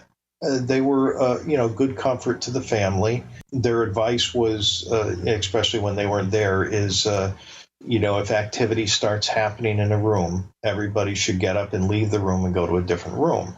And so that's what he told them to keep doing, and that'll help, dispel it or keep it more under control, And other than that, they were more or less a comfort to the family. That and one of the priests was trying to get an exorcism done. Of course, not that I believe that would have helped, but nobody would have, the church would have never agreed to that once the Associated Press took the story around the world. Who wants to get involved in that one? It sounds like it's really getting more and more complicated by the second. Let's continue with this with William Hall joining Gene and Chris. You're in the Paracast. You're listening to GCN, proudly sponsored by UnseenNow.com. Lock down your digital life at UnseenNow.com. This is GCN.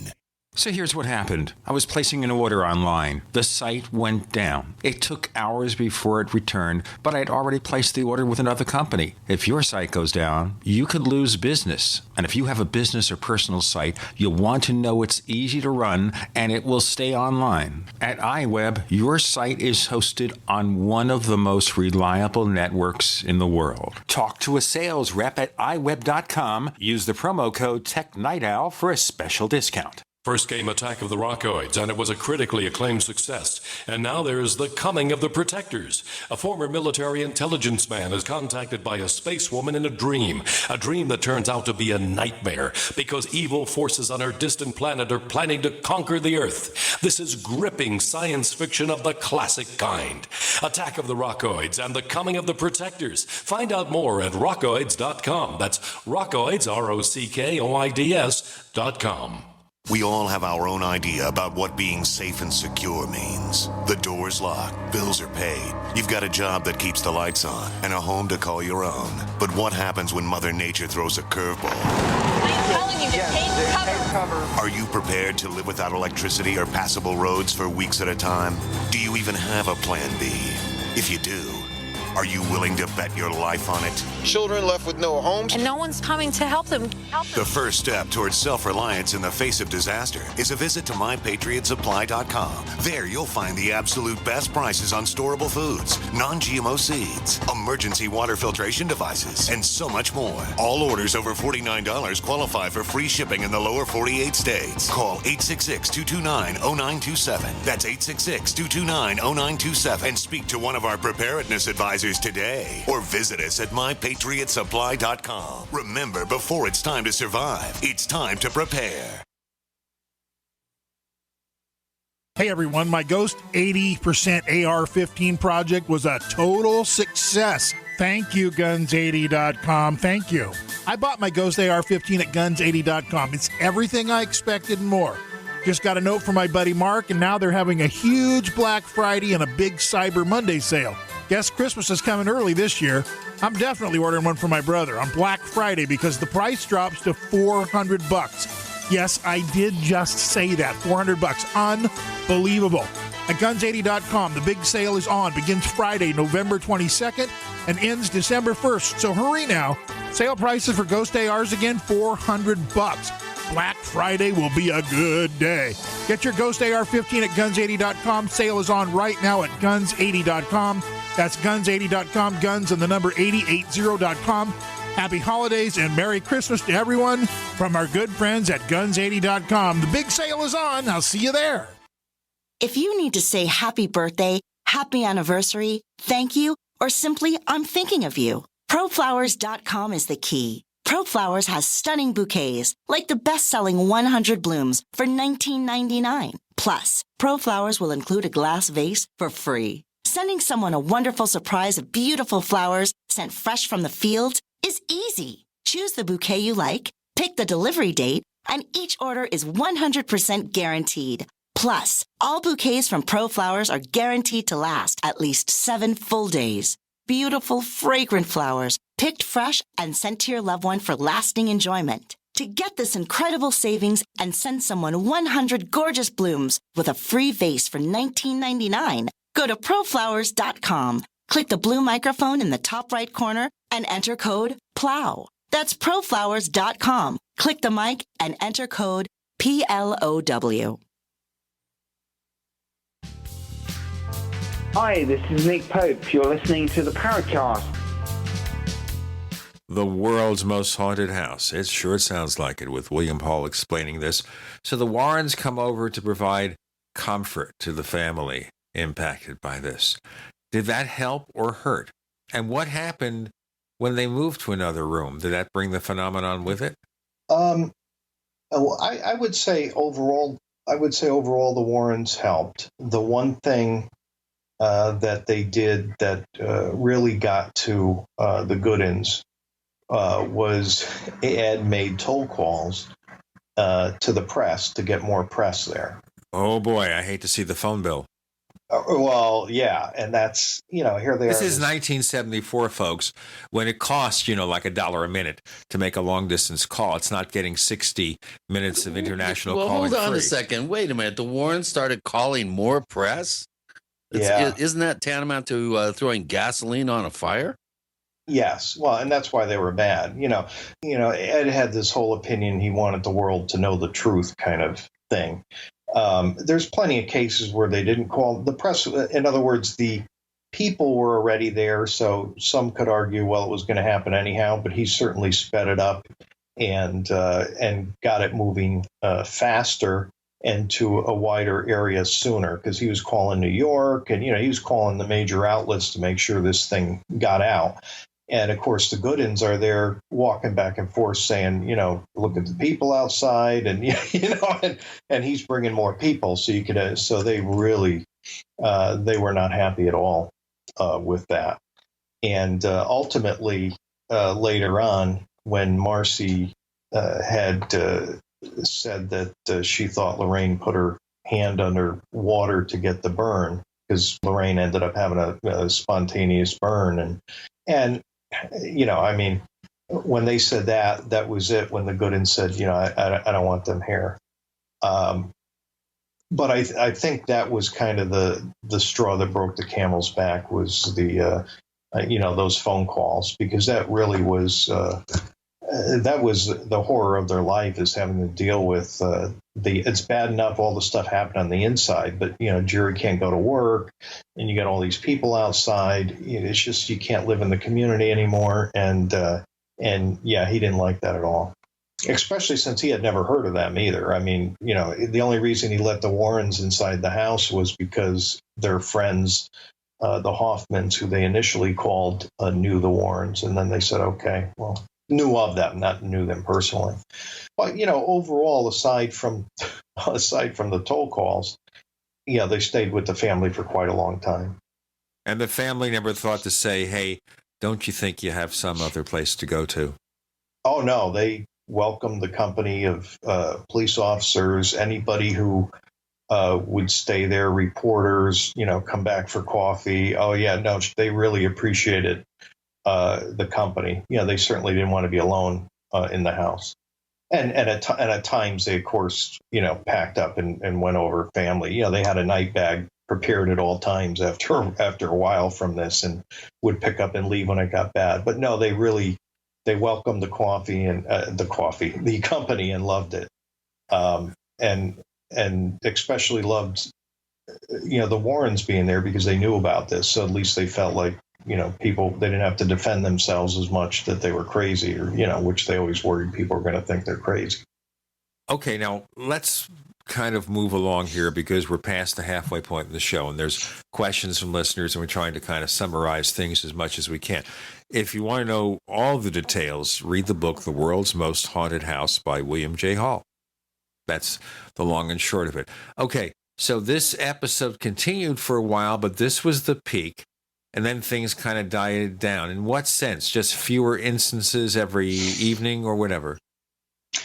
Yeah, it actually, they, in December, early December, they almost thought it was over. There was a period of days where, everything was okay, and they actually got another dog, and then things started happening again.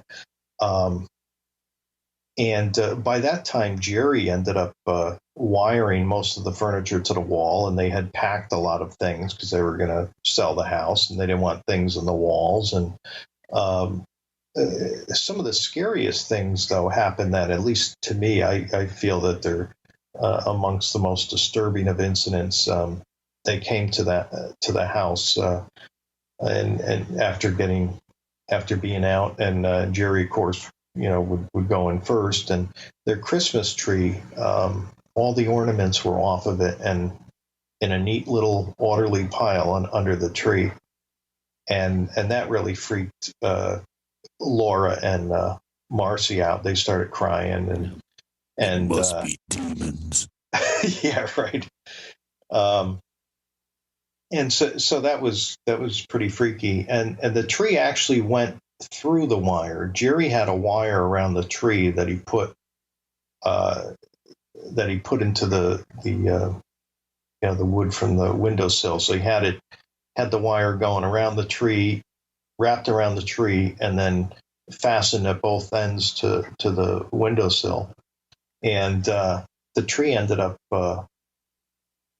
through it somehow. Nobody really knew. And that was later on later in December, when the investigators were there, and they tried to duplicate it and get it to fall. It fell the wrong way that it would have fell. It was just a very bizarre experience. But getting back to the tree, which, by the way, Jerry had become so adept at trying to fight this thing that he had a plastic bucket that he put cement in, and he put the tree into the bucket of cement. And so he was basically he was trying to fix the holidays the best he could. And they also had a Madonna statue, that this same episode, with all the ornaments off the tree, where this Madonna statue was in the kitchen, and the thumbs were off of it, and it didn't look like they were chipped off. Jerry described it as it looked like they were smoothly, like it was filed off, and it was smooth, and they couldn't find the thumbs anywhere. And so naturally that did not have Laura in a good state of mind. But so things, did continue on like that, with things moving and some of those, Christmas incidents. And, they had got a new dog, when they thought it was over in early December, and that poor dog used to spend a lot of time under the bed, and Jerry felt kind of bad about that, because he invited something else into the house to suffer. Really, man. If I was that dog, I'd be hiding under the bed too, boy. Dang. Yeah, I mean, they would come home and, the dog's not there, and it's under the bed. So, that was kind of sad. I pity the dog. Now, did it just reach a point where it just kept dying off, and one day it stopped forever? Well, it was it was less sporadic. That height was the very height, with the entities and everything. And other than that, it was here and there with incidents, like what I described. What really helped it stop was Father Doyle, who was there initially and supported the family. He met with, he was associated with St. Patrick's School and met with a social worker and explained to them that, he was at the house and this was all real. And, we need to get Marcy back to school in order to really help stop this. And she can't go back to the other school. First of all, the parents aren't, they said they're not. Jerry said, I want this kid alive. She's not going back to that school. So Father Doyle negotiated a partial scholarship to the Catholic school to make it affordable for the Goodins to send her back to Catholic school. And once she got back to St. Patrick's, which was, just a much nicer environment, people weren't making fun of her there. She liked it. And once she was settled back in school, that's when it really dissipated and faded out. Well, you've just kind of summarized the connection, I guess, because before we were talking about was the presence of Marcy the trigger for these events. And even if she wasn't in the house physically, they continued. But once her psyche, shall we say, was calmed down, she got into a school environment that was more relaxing to her. She wasn't being bullied by other students. She wasn't being subjected to all sorts of abuse. Because also in St. Patrick was the one that drove all the snakes out of Ireland. Well, there is that. Yeah, let's not forget that. Well, the point being here is that once her mental condition was calmer, when things were better for her, these episodes stopped. So that seems to show the cause and effect relationship here, that somehow her state of being at the time brought about these events. Let's get into more of this in a moment. William Hall, author of The World's Most Haunted House. With Gene and Chris, you're in the Paracast.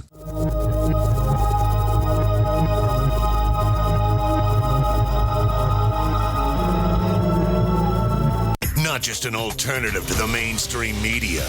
We're the premier independent talk radio network. We are GCN. This is Dan Pilla. Do you owe the IRS money you can't pay? Are tax debts crippling you? I've defended people from the IRS for over 30 years. I've helped thousands, and I can help you too. I wrote the book on IRS settlement, and I'm telling you, there's no such thing as a hopeless case. Call 800-34-NO-TAX to finally get free of IRS debt. With the IRS's new programs, there's never been a better time to solve your problem. Call 800-34-NO-TAX. That's 800-34-NO-TAX, or my website, danpilla.com. Hi, this is Ted Anderson. Have you ever wondered why banks, stockbrokers, investment advisors won't talk about gold IRAs? They've been available since 1986, yet the financial industry won't recognize the value of gold for your retirement. Gold has outperformed paper investments, yet no word about IRAs. If you would like to have gold for your retirement, call 800-686-2237. Don't get left behind by rising inflation and low returns. Call 800-686-2237. Secure your future and call 1-800-686-2237. You pick up the receiver with your heart racing and sweat dripping from your forehead. You finally muster the courage to dial the number to call into your favorite talk radio show. It rings once, twice, and then... Hello, it's GCN. What's your name and the state you're calling from? Surprised you got through, you squeak out. Jason from Minnesota. Please hold. As you patiently wait for your turn, you begin to daydream about being a famous talk radio host and what it would be like to have your own show. Jason from Minnesota, you're up. Millions of loyal listeners worldwide waiting to call and talk to you. Caller, are you there? Cheering crowds surround you, calling out your name. Jason! Jason! Going once, twice. Okay, we gotta move on to the next caller. You blew it. Huh? Wait, no! Interact with the host you're listening to right now, online at GCNlive.com. Click on the community link. Engage with other listeners. Ask questions. Start debates. Don't agree with the host? Let them know. Be a part of the community at GCNlive.com. We'd like to hear from you. If you have a comment or question about the Paracast, send it to news@theparacast.com. That's news@theparacast.com. And if you'd like to catch up on past episodes, we have hundreds of shows for you to download direct from theparacast.com. That's theparacast.com. Or check us out at iTunes. I have a really good listener question that'll follow up nicely on that last part. So tell us, Chris, what is it? Burnt State, one of our premier posters at forum.theparacast.com, always has good questions. And here's the one I think that dovetails nicely into the part of the show that we're talking about. He says, in so-called poltergeist and possession stories, there is often a very confused young girl who is having to endure the extreme attitudes and beliefs of adults working against her. What role do you think Marcy's Aboriginal identity and her adoptive mother's strict Catholicism, along with the priest who studied the occult and claimed evil was at work in their home, has to play in this case? Was she just responding to the sudden cultural conflict she was placed in due to her adoption into a home with strong religious values that I would add her genes didn't share, basically? She was Aboriginal. Combined with a priest who studied the occult and claimed evil was at work in the house. What role do you think those things had to play? Well, I mean, personally, and I put forth different theories in the book, but I mean, personally, the best explanation that I heard is the multiverse one.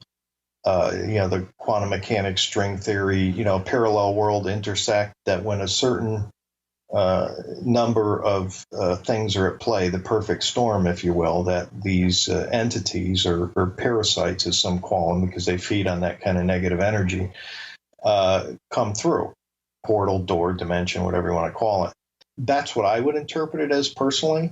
Again, I'm not saying I'm right, because, all of this is, of course, there's so much to learn in this degree.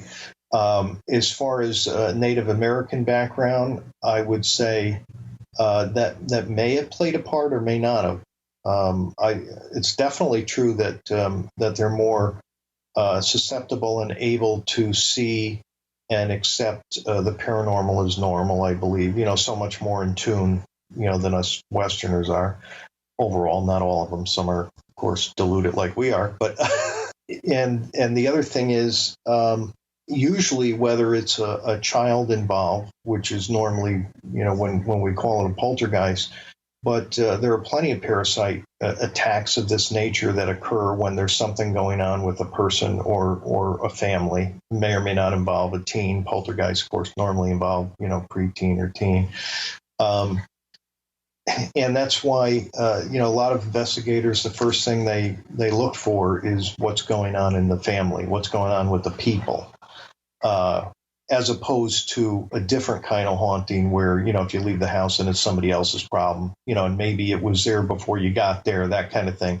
But in these cases where something comes in, normally the first question you ask is what's going on in the family. And, in this case, of course, there's a lot of tension and things going on, from the adoption to the being beat up to the overprotective mother, and in that very small space. So I think all of that was that final ingredient. The Lindley Street house was also a paranormal poster child. It was basically the paranormal waiting to happen. It had a lot of electrical lines around it. It had sandy soils and high water tables. There was a spring that ran directly under the house.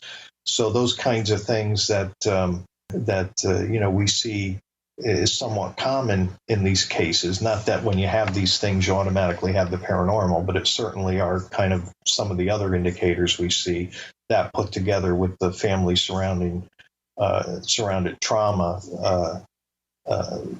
Seems to be the final key, and I'm sure there's others that we don't know about, of course.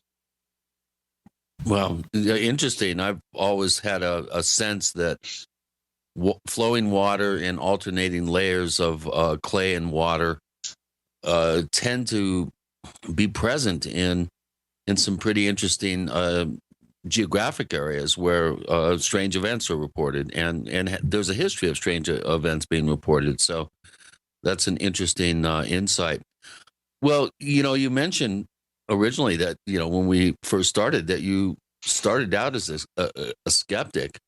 how has this particular case influenced your particular process as an investigator and a researcher? And are there some other similar type cases that you've been involved with that we can see some sort of consistency between the Lindley House case and others?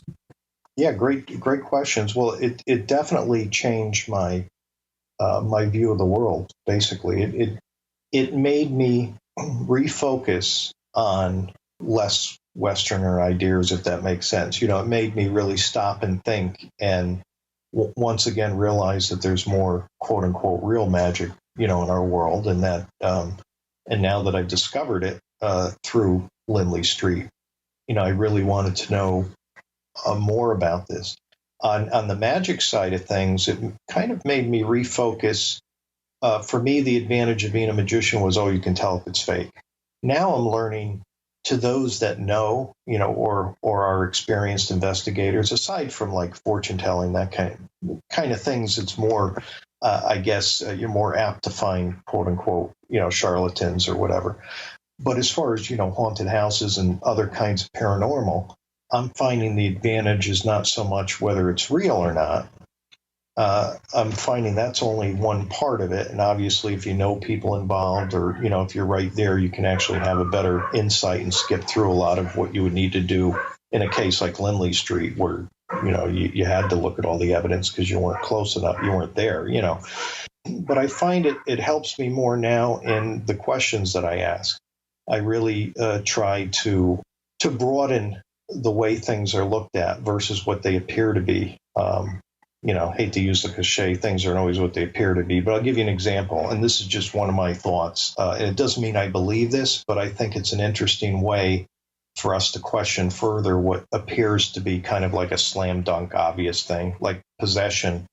Most people view possession, if they believe in it, as something takes over the body, it's evil, it needs to get out. And my magic background teaches me that that's what it appears to look like. But what if it's stuck in there and doesn't want to be in there either? Do we ever think of that? Now you can say, well, that's stupid, Bill. And it may be. Like I said, No, it makes a lot of sense to me. I mean, if one could be true, the other could be as well. Yeah, I'm not saying I believe that, but a lot of, I think, our assumptions with the paranormal are very polarized and self-centered. Like even with the Lindley Street case, the poltergeist is the invader. But when I look at the events, did it really want to be here? I don't know. Maybe it's waiting for that and wants to be there, and it is all the negative things that it appears to be. But on the other hand, maybe it's suddenly stuck in our world saying, where the heck am I? And what am I doing here? And I want to get back home. And, in the meantime, I'm going to cause havoc because it, whatever, I don't know. Tantrum. Yeah. Throw a tantrum. I don't know. That's a really interesting point, because then that brings up the legitimacy of the subjective interpretation that these things are evil. They're demons. They're up to no good. They may be as much a victim in the situation as the little girl and the family, looking at it from that point of view. And I like that. Oh, thank you. No, but I think of it because I'm like evil. To me, a serial killer is an evil. They're mentally ill. Their wiring's broken. I'm not saying let them go free and support them, but our term evil, we throw that word around, I think, a little bit too loosely. The three guys who tried to burn the house down while the Goodins were in there to another species from another dimension or whatever, that would look pretty evil. But I don't believe those people were evil. I believe they were stupid, yes, scared, yes, but evil? No. Misguided, whatever, you know what I mean? But I wouldn't say they're evil. All right, we have William Hall joining Gene and Chris. You're in the Paracast.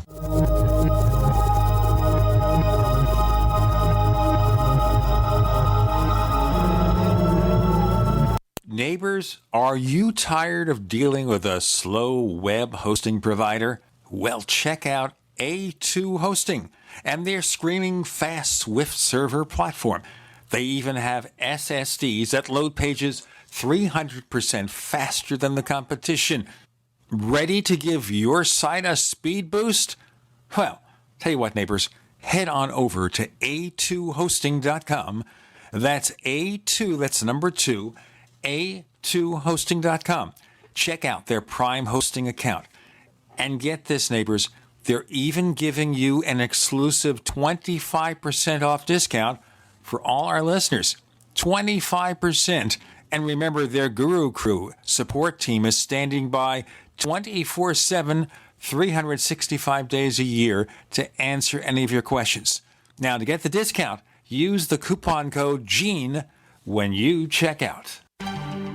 Mike Stenerson for Midas Resources. At no time in history have precious metals been more important, certainly not in my 22 years in the industry. The dollar has lost over 90% of its value in the last 60 years. No fiat currency has ever survived the government printing presses. Ours is not immune. The time is now to be proactive. 1-800-686-2237, extension 116. Anything tied to the dollar is at risk. CDs, annuities, 401ks, IRAs, stocks, bonds, you name it, so decide. Do you want to leave a legacy of wealth or debt for your family? The choice is yours. Call me at 1-800-686-2237, extension 116. That's 1-800-686-2237, extension 116. Be proactive, not reactive. Call 1-800-686-2237, extension 116. Breakfast, lunch, and dinner. 3 square meals you'll need in an emergency. So the Freeze Dry Guys 3 square meal unit sale is just the ticket. A variety pack of tasty, nourishing breakfast, lunch, and dinner on sale now. Breakfast is Freeze Dry Guys' favorite. Hot oatmeal and sweet dehydrated bananas. Lunch is Mountain House freeze-dried hot macaroni and cheese and crisp green beans. And dinner is Mountain House long grain wild rice pilaf and hearty beef stew, vegetables, and gravy. Call Freeze Dry Guy and ask for details on the 126 serving 3 square meals unit. One case normally $164.37. Sale price at only $138.90. Save over $25. Get 2 or 3 cases and save even more. Or ask about Freeze Dry Guys Fall Chili Special. Always free shipping to the lower 48 states. Call 866-404-3663 or click freezedryguy.com. And hurry, the Fall Chili Special and 3 square meals unit are on sale while supplies last. From the Freeze Dry Guy, the finest freeze-dried and dehydrated foods available for long-term storage, period. What good is a Big Berkey water filter? We get that question a lot here at BigBerkeyWaterFilters.com. And in a word, the answer is protection. Protection from water main breaks, E. coli contamination, environmental chemical spills, pesticide runoff, chlorine taste and smell, and all forms of fluoride. Plus, Big Berkey water filters are the original gravity water filter system and most trusted on the market for a reason. Tested by multiple independent NSF EPA certified labs, they are the gold standard in water purification. At only 1.7 cents a gallon, a single set of filters can last for 5 to 10 years. That means big savings. Big Berkey, the one that's powerful enough to purify stagnant pond water. Get a Big Berkey today at BigBerkeyWaterFilters.com. GCN listeners receive 5% off all ceramic filter systems. Visit our website or call 1-877-99-BERKEY. That's 877-99-BERKEY. Big Berkey Water Filters, for the love of clean water.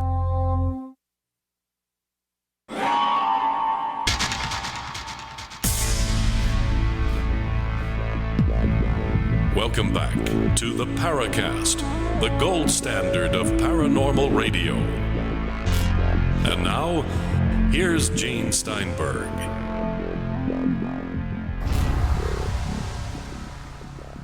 We're talking about the world's most haunted house with William Hall, and in response to something that William said in our previous segment, Chris O'Brien has something to say. Yeah, I'm thinking back to my years in high school, which was when all this was taking place in my first year or my senior year in high school. And I remember seeing The Exorcist and The Omen, and there were a number of films that came out during this time period that really were quite shocking to a lot of people. And maybe opened up some sort of door that allowed some of these types of events to occur. Of course, you have the Amityville case. There's a number of cases from that time period that seem to be much more sensational and have much more documentation and witnesses and that sort of thing. Do you think somehow the culture maybe inadvertently triggering some of these types of events, or at least allowing the psychological playing field to be such that these types of events can occur. Well, I think you have a good point there, because from what I've learned about these things, the number one thing that gets them there is attention. They want attention, and that attention could be brought upon by either in a natural way, like in Lindley Street, where somebody wasn't seeking the attention of quote unquote until Ed and Lorraine showed up. Well, yeah, exactly. Yeah, well said. Or it could be, through Ouija board, where somebody again is giving attention, and that attention is what they kind of need, to breathe that life into them, so to speak, or to bridge that gap, when possible. And then I'm told if you don't pay attention to them, then they kick and scream and bring it up a notch, just like a child would. And eventually, if you continue to not pay attention, they go away, almost like they can't feed, or whatever it is. Again, all of this is interpretation, which is why I try to keep questioning, what else could it be, kind of thing as I go through it in my mind. But I think, to your point, the more it's talked about in that kind of way that gets you to feel that, which the movies, of course, have a great way of doing. I think that could be possible. I think still all the other ingredients have to be there, but once those ingredients are there and the thing is present, certainly all these other beliefs and experiences could certainly hype it up a notch, which is why religion, I don't, and a lot of people disagree with me, but I don't think religion has anything to do with this stuff. I don't think this stuff reacts to religion. I don't think they have one religion. They may not have a religion at all. I don't know. But I think religion only helps if the family is religious, because what counts is what brings peace to the family. Or, somebody will say, well, how come it attacks religious stuff if it's not evil? Well, maybe it's because it sees that you're placing so much importance on it. It knows if it knocks that over, it's really going to get your attention, and it wants to push buttons. So I think we have to really not look at things so simplistically to say if it knocks over cross, it's evil. How about this? Do we have any good quality haunting cases or poltergeist cases or possessions of someone who is an avowed atheist who doesn't believe in any of that?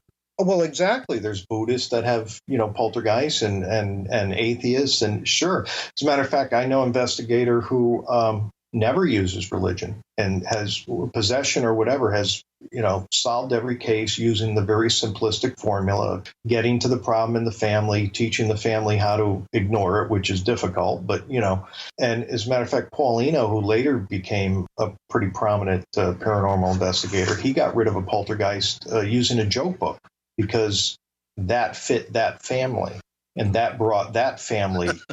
That's brilliant. The point is, it doesn't matter what it is. It's a tool. It's whatever tool helps you. And even the people who believe that it's a religious event will say similar things. Like the Warrens would always say, "Well, we always find that if the family's religious, then religion helps." Yes, you're right. That's why it helps, because you believe. If you believed in a rabbit's foot, that might have the same effect. So I'm not saying I'm an atheist. I'm saying that for these parasites, I don't think one religion, a very specific form of religion, is your answer. I think it's just part of the noise that we see and interpret. Christ compels you. Yeah, right. And I think with a refrigerator floating, I think even within the parameters of like this poltergeist experience, we say, well, the thing floated a refrigerator. I don't think it did. I think that was that energy overlap between worlds or dimensions, or if you believe the psychic subconscious mind thing, whatever it is, I believe that that's the energy. I don't believe that's an intentional act. And I have to steal from Paulino again. He described it to me very nicely, saying it's like when you have a stack of papers on a table and you run by it. If you're the poltergeist running by it, did you disturb the papers? Well, maybe, but you didn't do it intentionally. It's just part of everything that's going on there.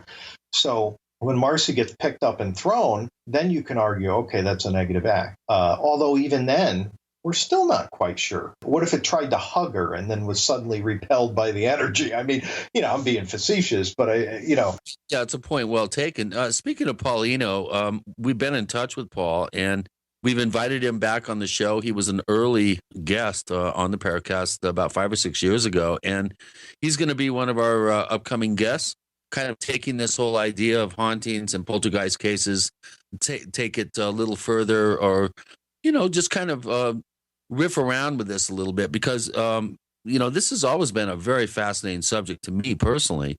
And having lived actually in what I consider to be a haunted house, and having been dragged around the country to some of the most haunted sites in America as a cameraman and audio recordist, I've always been very, very kind of agnostic about it, thinking, well, it's a lot of misinterpreted, coincidental stuff. And then actually being in some of these places, I'm not easily, shooken up or flat. I'm pretty unflappable when it comes to a lot of this stuff. And I have been in some places that I genuinely picked up something really disturbing, I think would be the only term that I could come up with. And there's definitely something going on in these cases, at least some of them.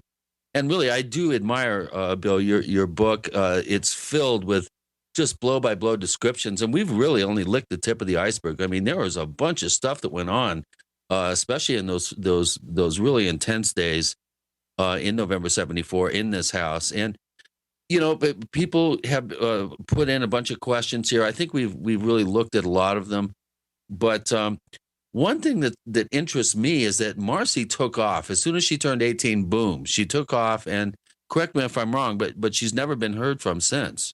We'll get into that in our next segment. What happened to Marcy? That was a question I was about to ask also, Chris. I was really curious as to what happened with her life. So we're going to find out more about that. But the book is called The World's Most Haunted House by William J. Hall. Now we're going to give you a little bit of the rest of the story. What happened to Marcy? She left home, never heard from again. One of these interesting stories. You're on with Gene and Chris. You're in the Paracast.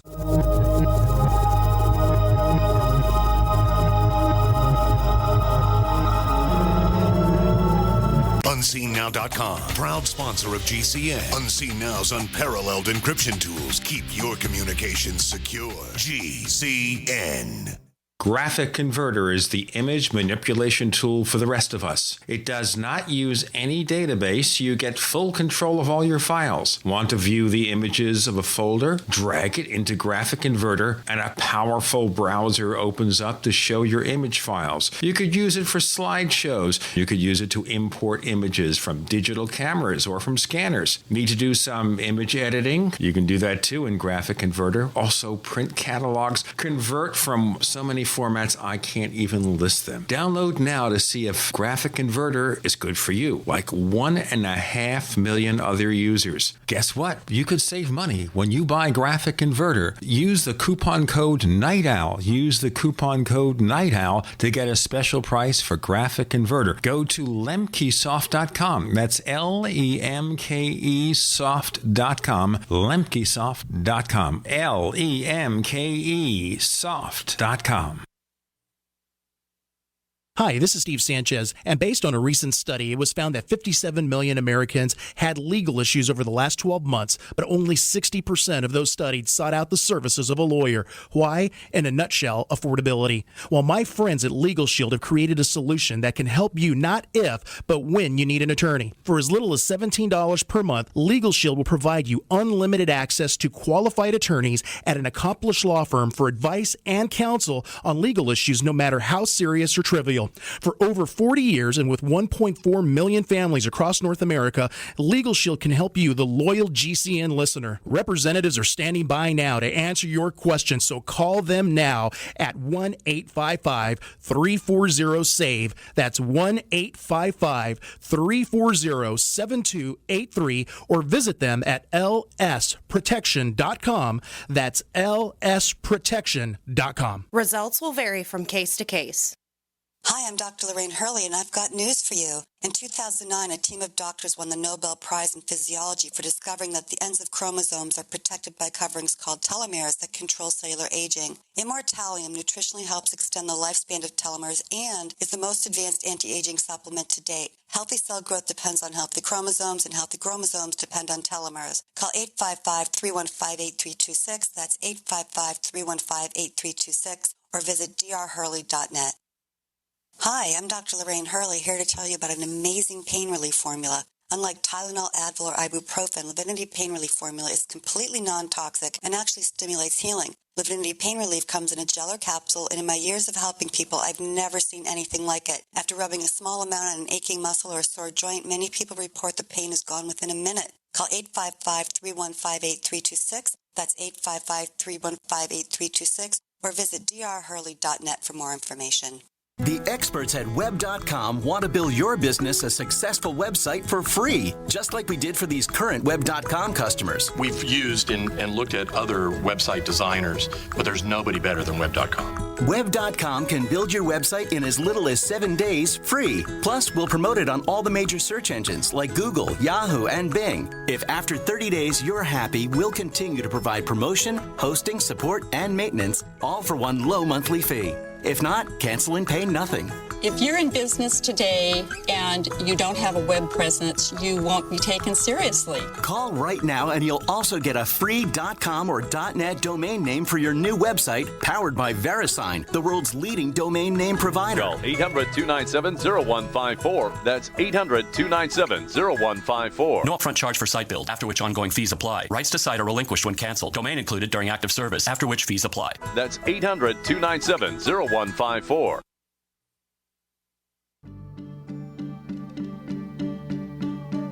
Hi, this is nuclear physicist lecturer Stanton Friedman. You are listening to the Paracast, the gold standard of paranormal radio.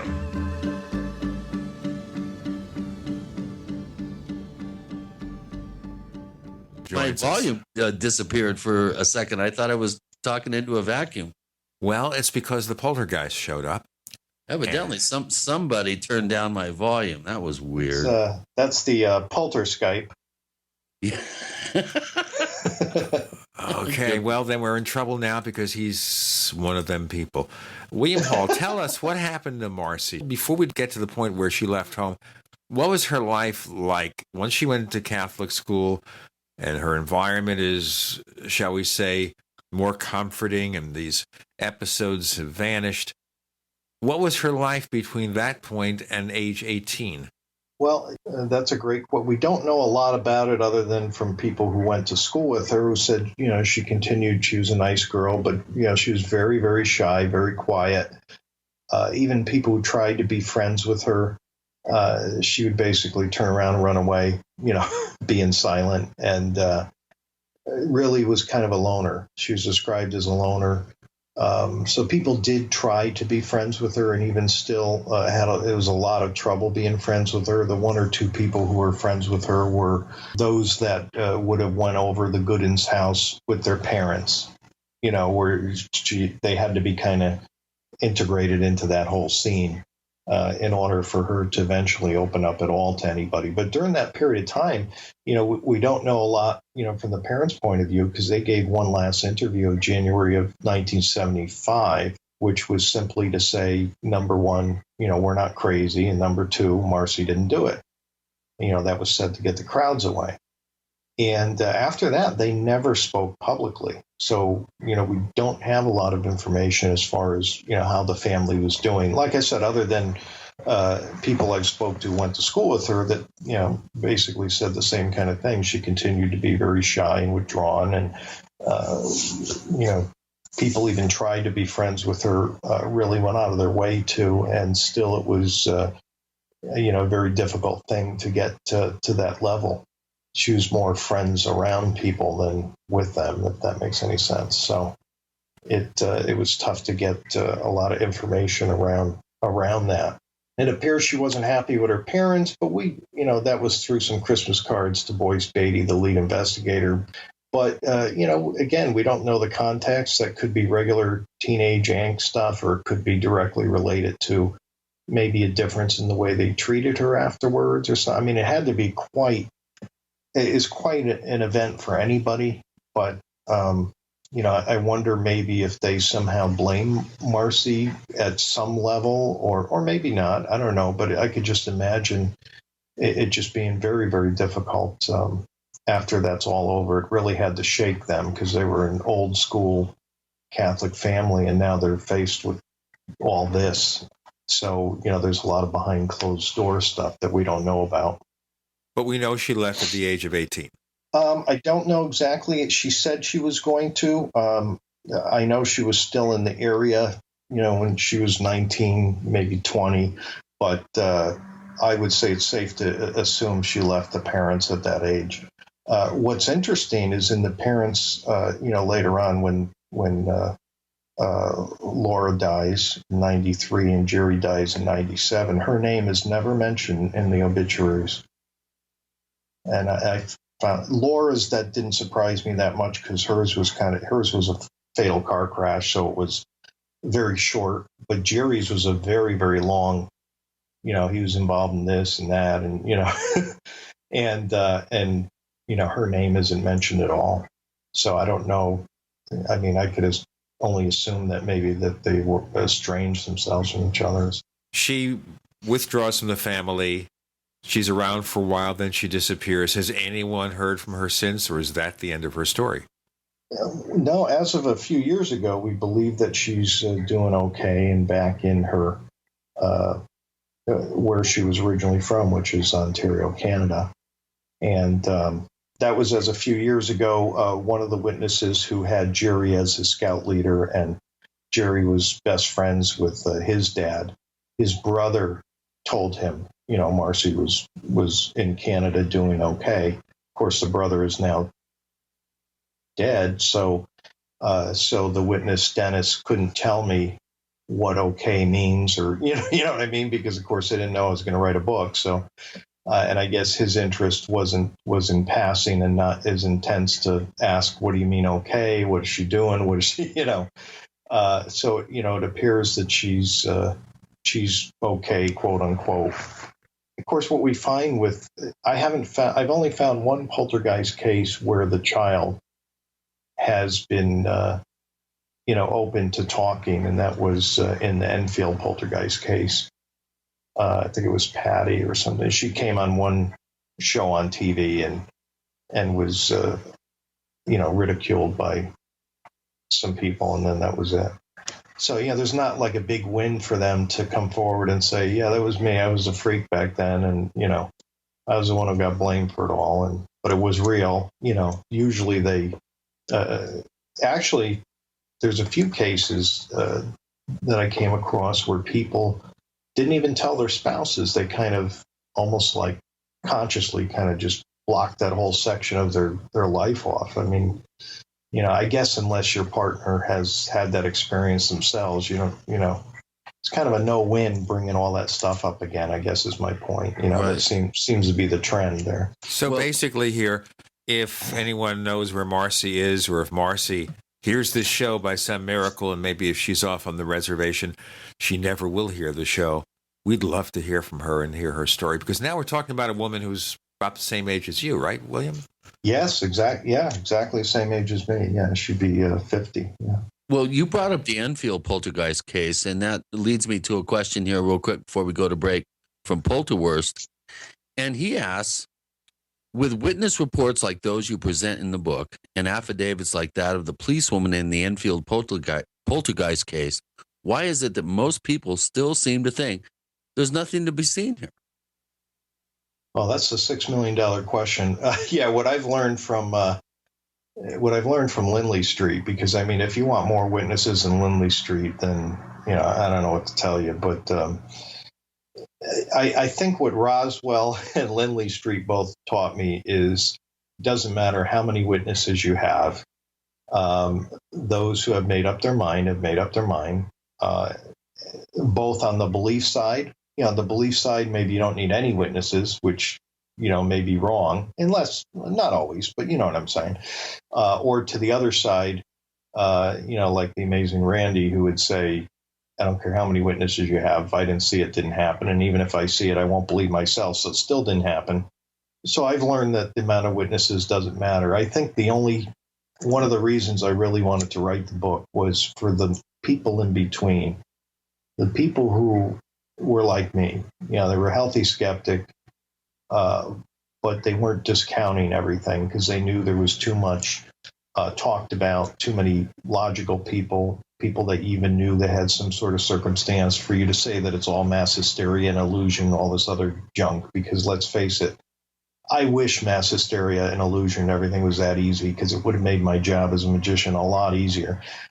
It's just not as easy as people make this stuff out to be, But I think that's what it's for, the person who has who's open to it. And if you're open to it, then a case like Enfield Poltergeist or Lindley Street will hold weight, or perhaps introduce somebody new into the world of the paranormal, who will later come forward and maybe investigate or do a radio show like you guys, or participate in some way towards at least asking those questions that we all want to learn at least some answers to.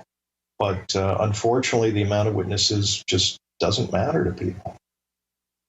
If they're inclined or hardwired not to believe anything like this occurs, it would still have to be mass hysteria, though I don't know how mass hysteria could possibly explain a refrigerator floating across the house. We've got William Hall joining us with Gene and Chris. You're in the Paracast.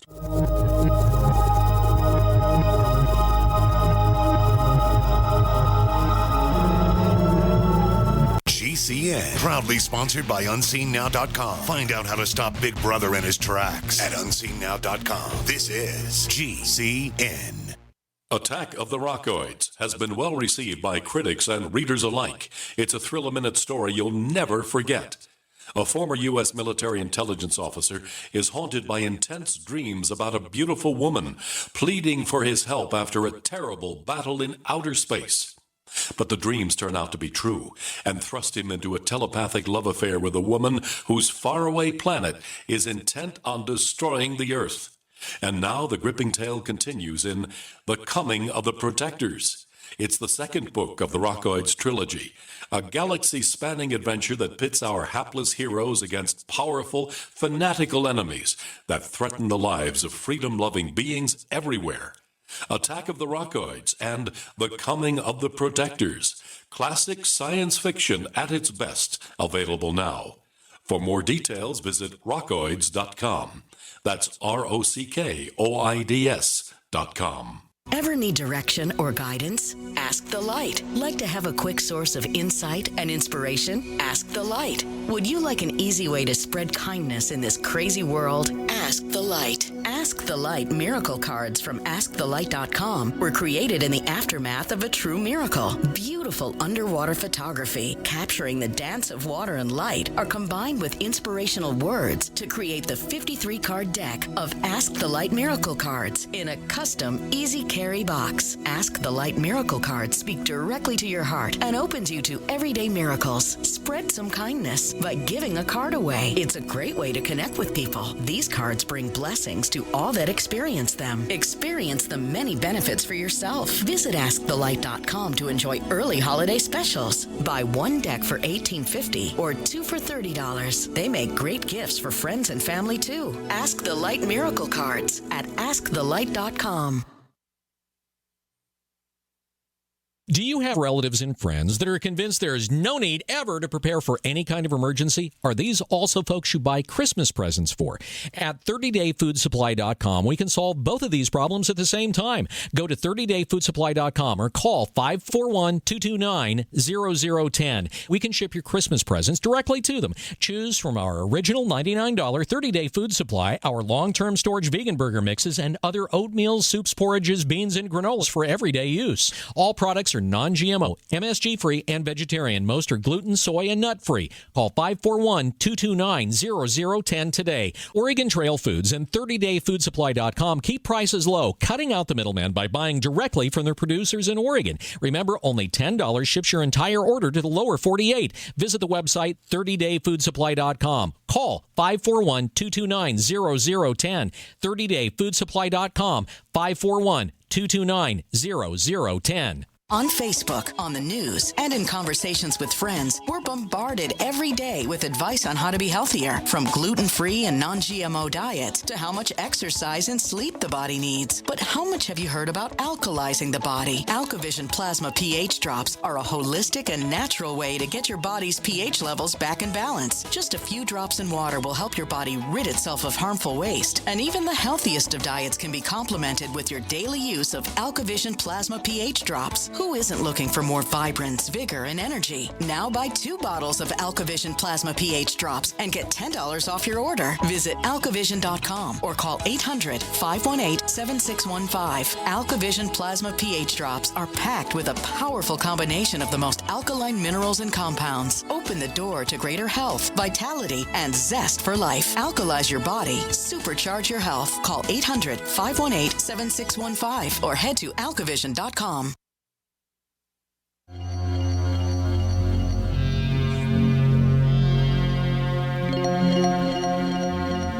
Hi, my name is Richard Dolan. You're listening to the Paracast.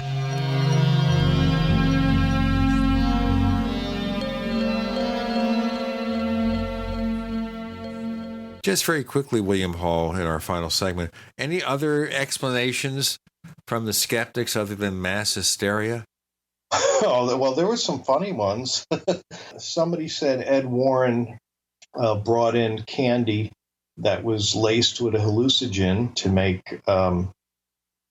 people believe that they were all seeing, I guess, the same phenomena at the same time. Well, it would have to be a very subjective kind of hallucinogen then, that somebody could just say you're seeing this, and therefore that's what you see. Right. Actually, Paulino was the guy who went out to get the candy. So, but sounds like some interesting candy. I'd like to taste it. Yeah, right. I don't know what. Careful what you wish for, Gene. Oh my goodness. Yeah, listen, I've tasted a few things in my life. Well, that sounds like a different show. I'm not going to touch that one either. We'll let it just die there. Chris, we only have maybe 8 minutes left. Any other questions you have there we really have to ask? Well, yeah, we've covered a lot of the territory, obviously, but, Poltergeist is very interested in your future work. Do you intend to do similar books on other poltergeist cases or alleged paranormal cases, or like UFOs in general? Yes. In fact, my next book will be called The Haunted House Diaries, and it involves a diary being kept by a woman who has lived in a haunted house since the 1950s. She actually was born and brought back to the house. And it involves, in Connecticut here, basically a paranormal flap that the whole area is, there's things going on. There's been missing time, UFOs, cryptids, Bigfoot sightings, as well as a number of the houses being haunted in the area too. So that's what the next book will be on, and it'll feature her diary and the. It's almost like a paranormal crossroads. The things happening in her house are very, very, they're varied, and there'll be a lot of discussion, like we discussed as far as, what could this thing be, or what are these things and how are they related? Because I think the paranormal, as you guys probably know now, much more related than we ever once thought it was. It used to be ghost people shouldn't talk to UFO people, and vice versa. And now I think we're realizing, this all has a lot more. They're not the same phenomena, but they appear. Right, but there seems to be an interconnectedness somehow. Yeah, on some level. Exactly right. The fact I was at a UFO convention, I was amazed that I think it was 83% of these sightings. There's other paranormal things happening in houses and stuff, and so it seems to be, like you said, that they're more related, or maybe they come from the same place or vehicle. I shouldn't say place, but or the conditions are right for inexplicable events to occur, possibly based on some sort of conditional parameters around, the site or around the individuals. Kind of a perfect storm, I think, as you pointed out before. Yeah, I completely agree. Yeah, when the conditions are right. And, we never thought to look for it. But, a lot of times now, you get a haunted house, you should be looking, are there UFOs? Are there other houses that have been haunted in the area? And depending on the kind of haunting, whatever, well, certainly it may not be the case. But, like you said, the conditions are often right where there's more going on there than, we would initially suspect or would have suspected in the past. Well, what other cases could you look to that are similar to the Lindley House case with the Goodens that have, some sort of real commonalities and similarities? Anything spring to mind? As far as specific cases, all of them have some of it, not all of it. Whether it's Bell Witch or Enfield Poltergeist. I was amazed at the commonalities, and then there are some differences, like one, like Lindley Street has entities in multiple forms. Another case might have rocks coming from the ceiling, or fire, spontaneous fire, where Lindley Street had a spontaneous burn. So I mean, there's some commonalities and a few differences, but I think that's what shocks me the most is the eerie similarities, just of kind of the way it builds up and the incidents, and that's fascinating to me. So I think when somebody says what's a poltergeist, I like to describe it by the behavior, and because I think it's the behavior that kind of separates these things. There's a real tricksterous quality to many of these cases. Right. And then there's, I think that's just the best way for us to classify them versus saying it's a demon or it's this or that. I prefer to say, this is what it is and we call it that because of this behavior. But I do think that angel demon thing might be a little bit more of our lack of language, and how to describe these things. And they may be, like you said, much more like us. Some are neutral, some are negative, some are, and we're all kind of all those things at one point in time. And I hate to judge anything when they're kind of out of their element. And in this case, excuse the pun, they're really out of their element. So it's tough, because if you met the Gooden family during this experience, I'm sure it'd be a little bit different than meeting them, at the bake sale after the church, So. Okay, one quick last question before we wrap it up. This comes from our administrator and moderator at forum.theparacast.com, Gogs Mackay.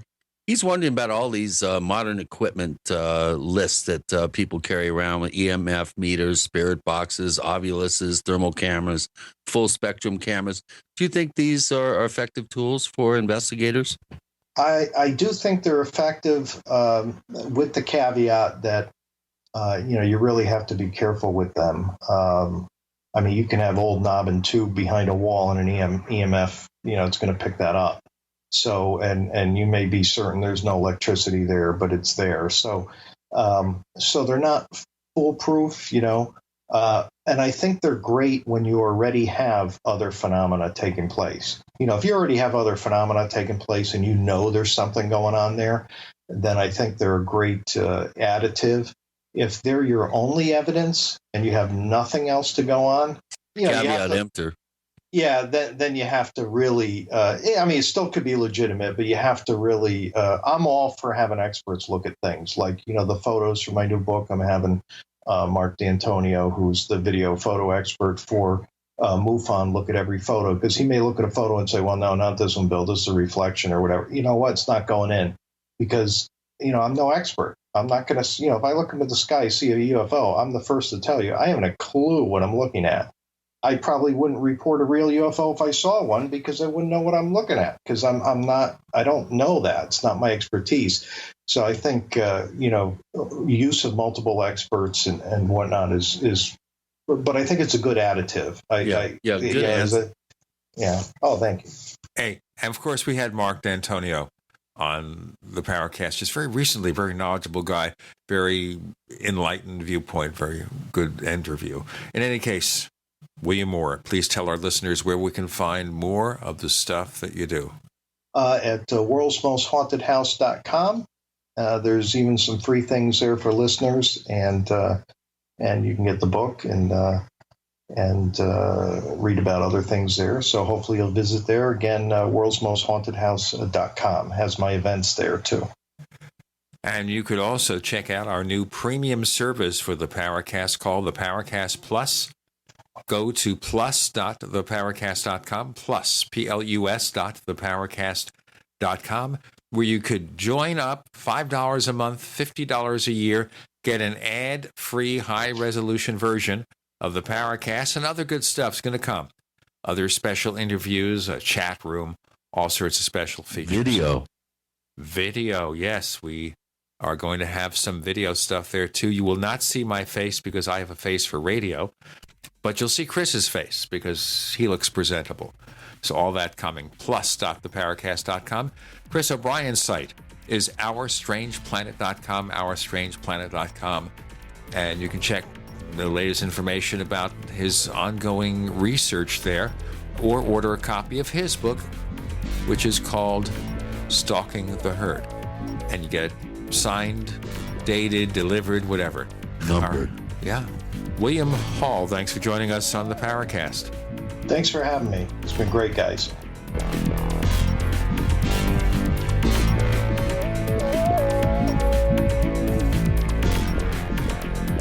The Paracast, featuring Gene Steinberg and Christopher O'Brien, is a copyrighted presentation of Making the Impossible Incorporated.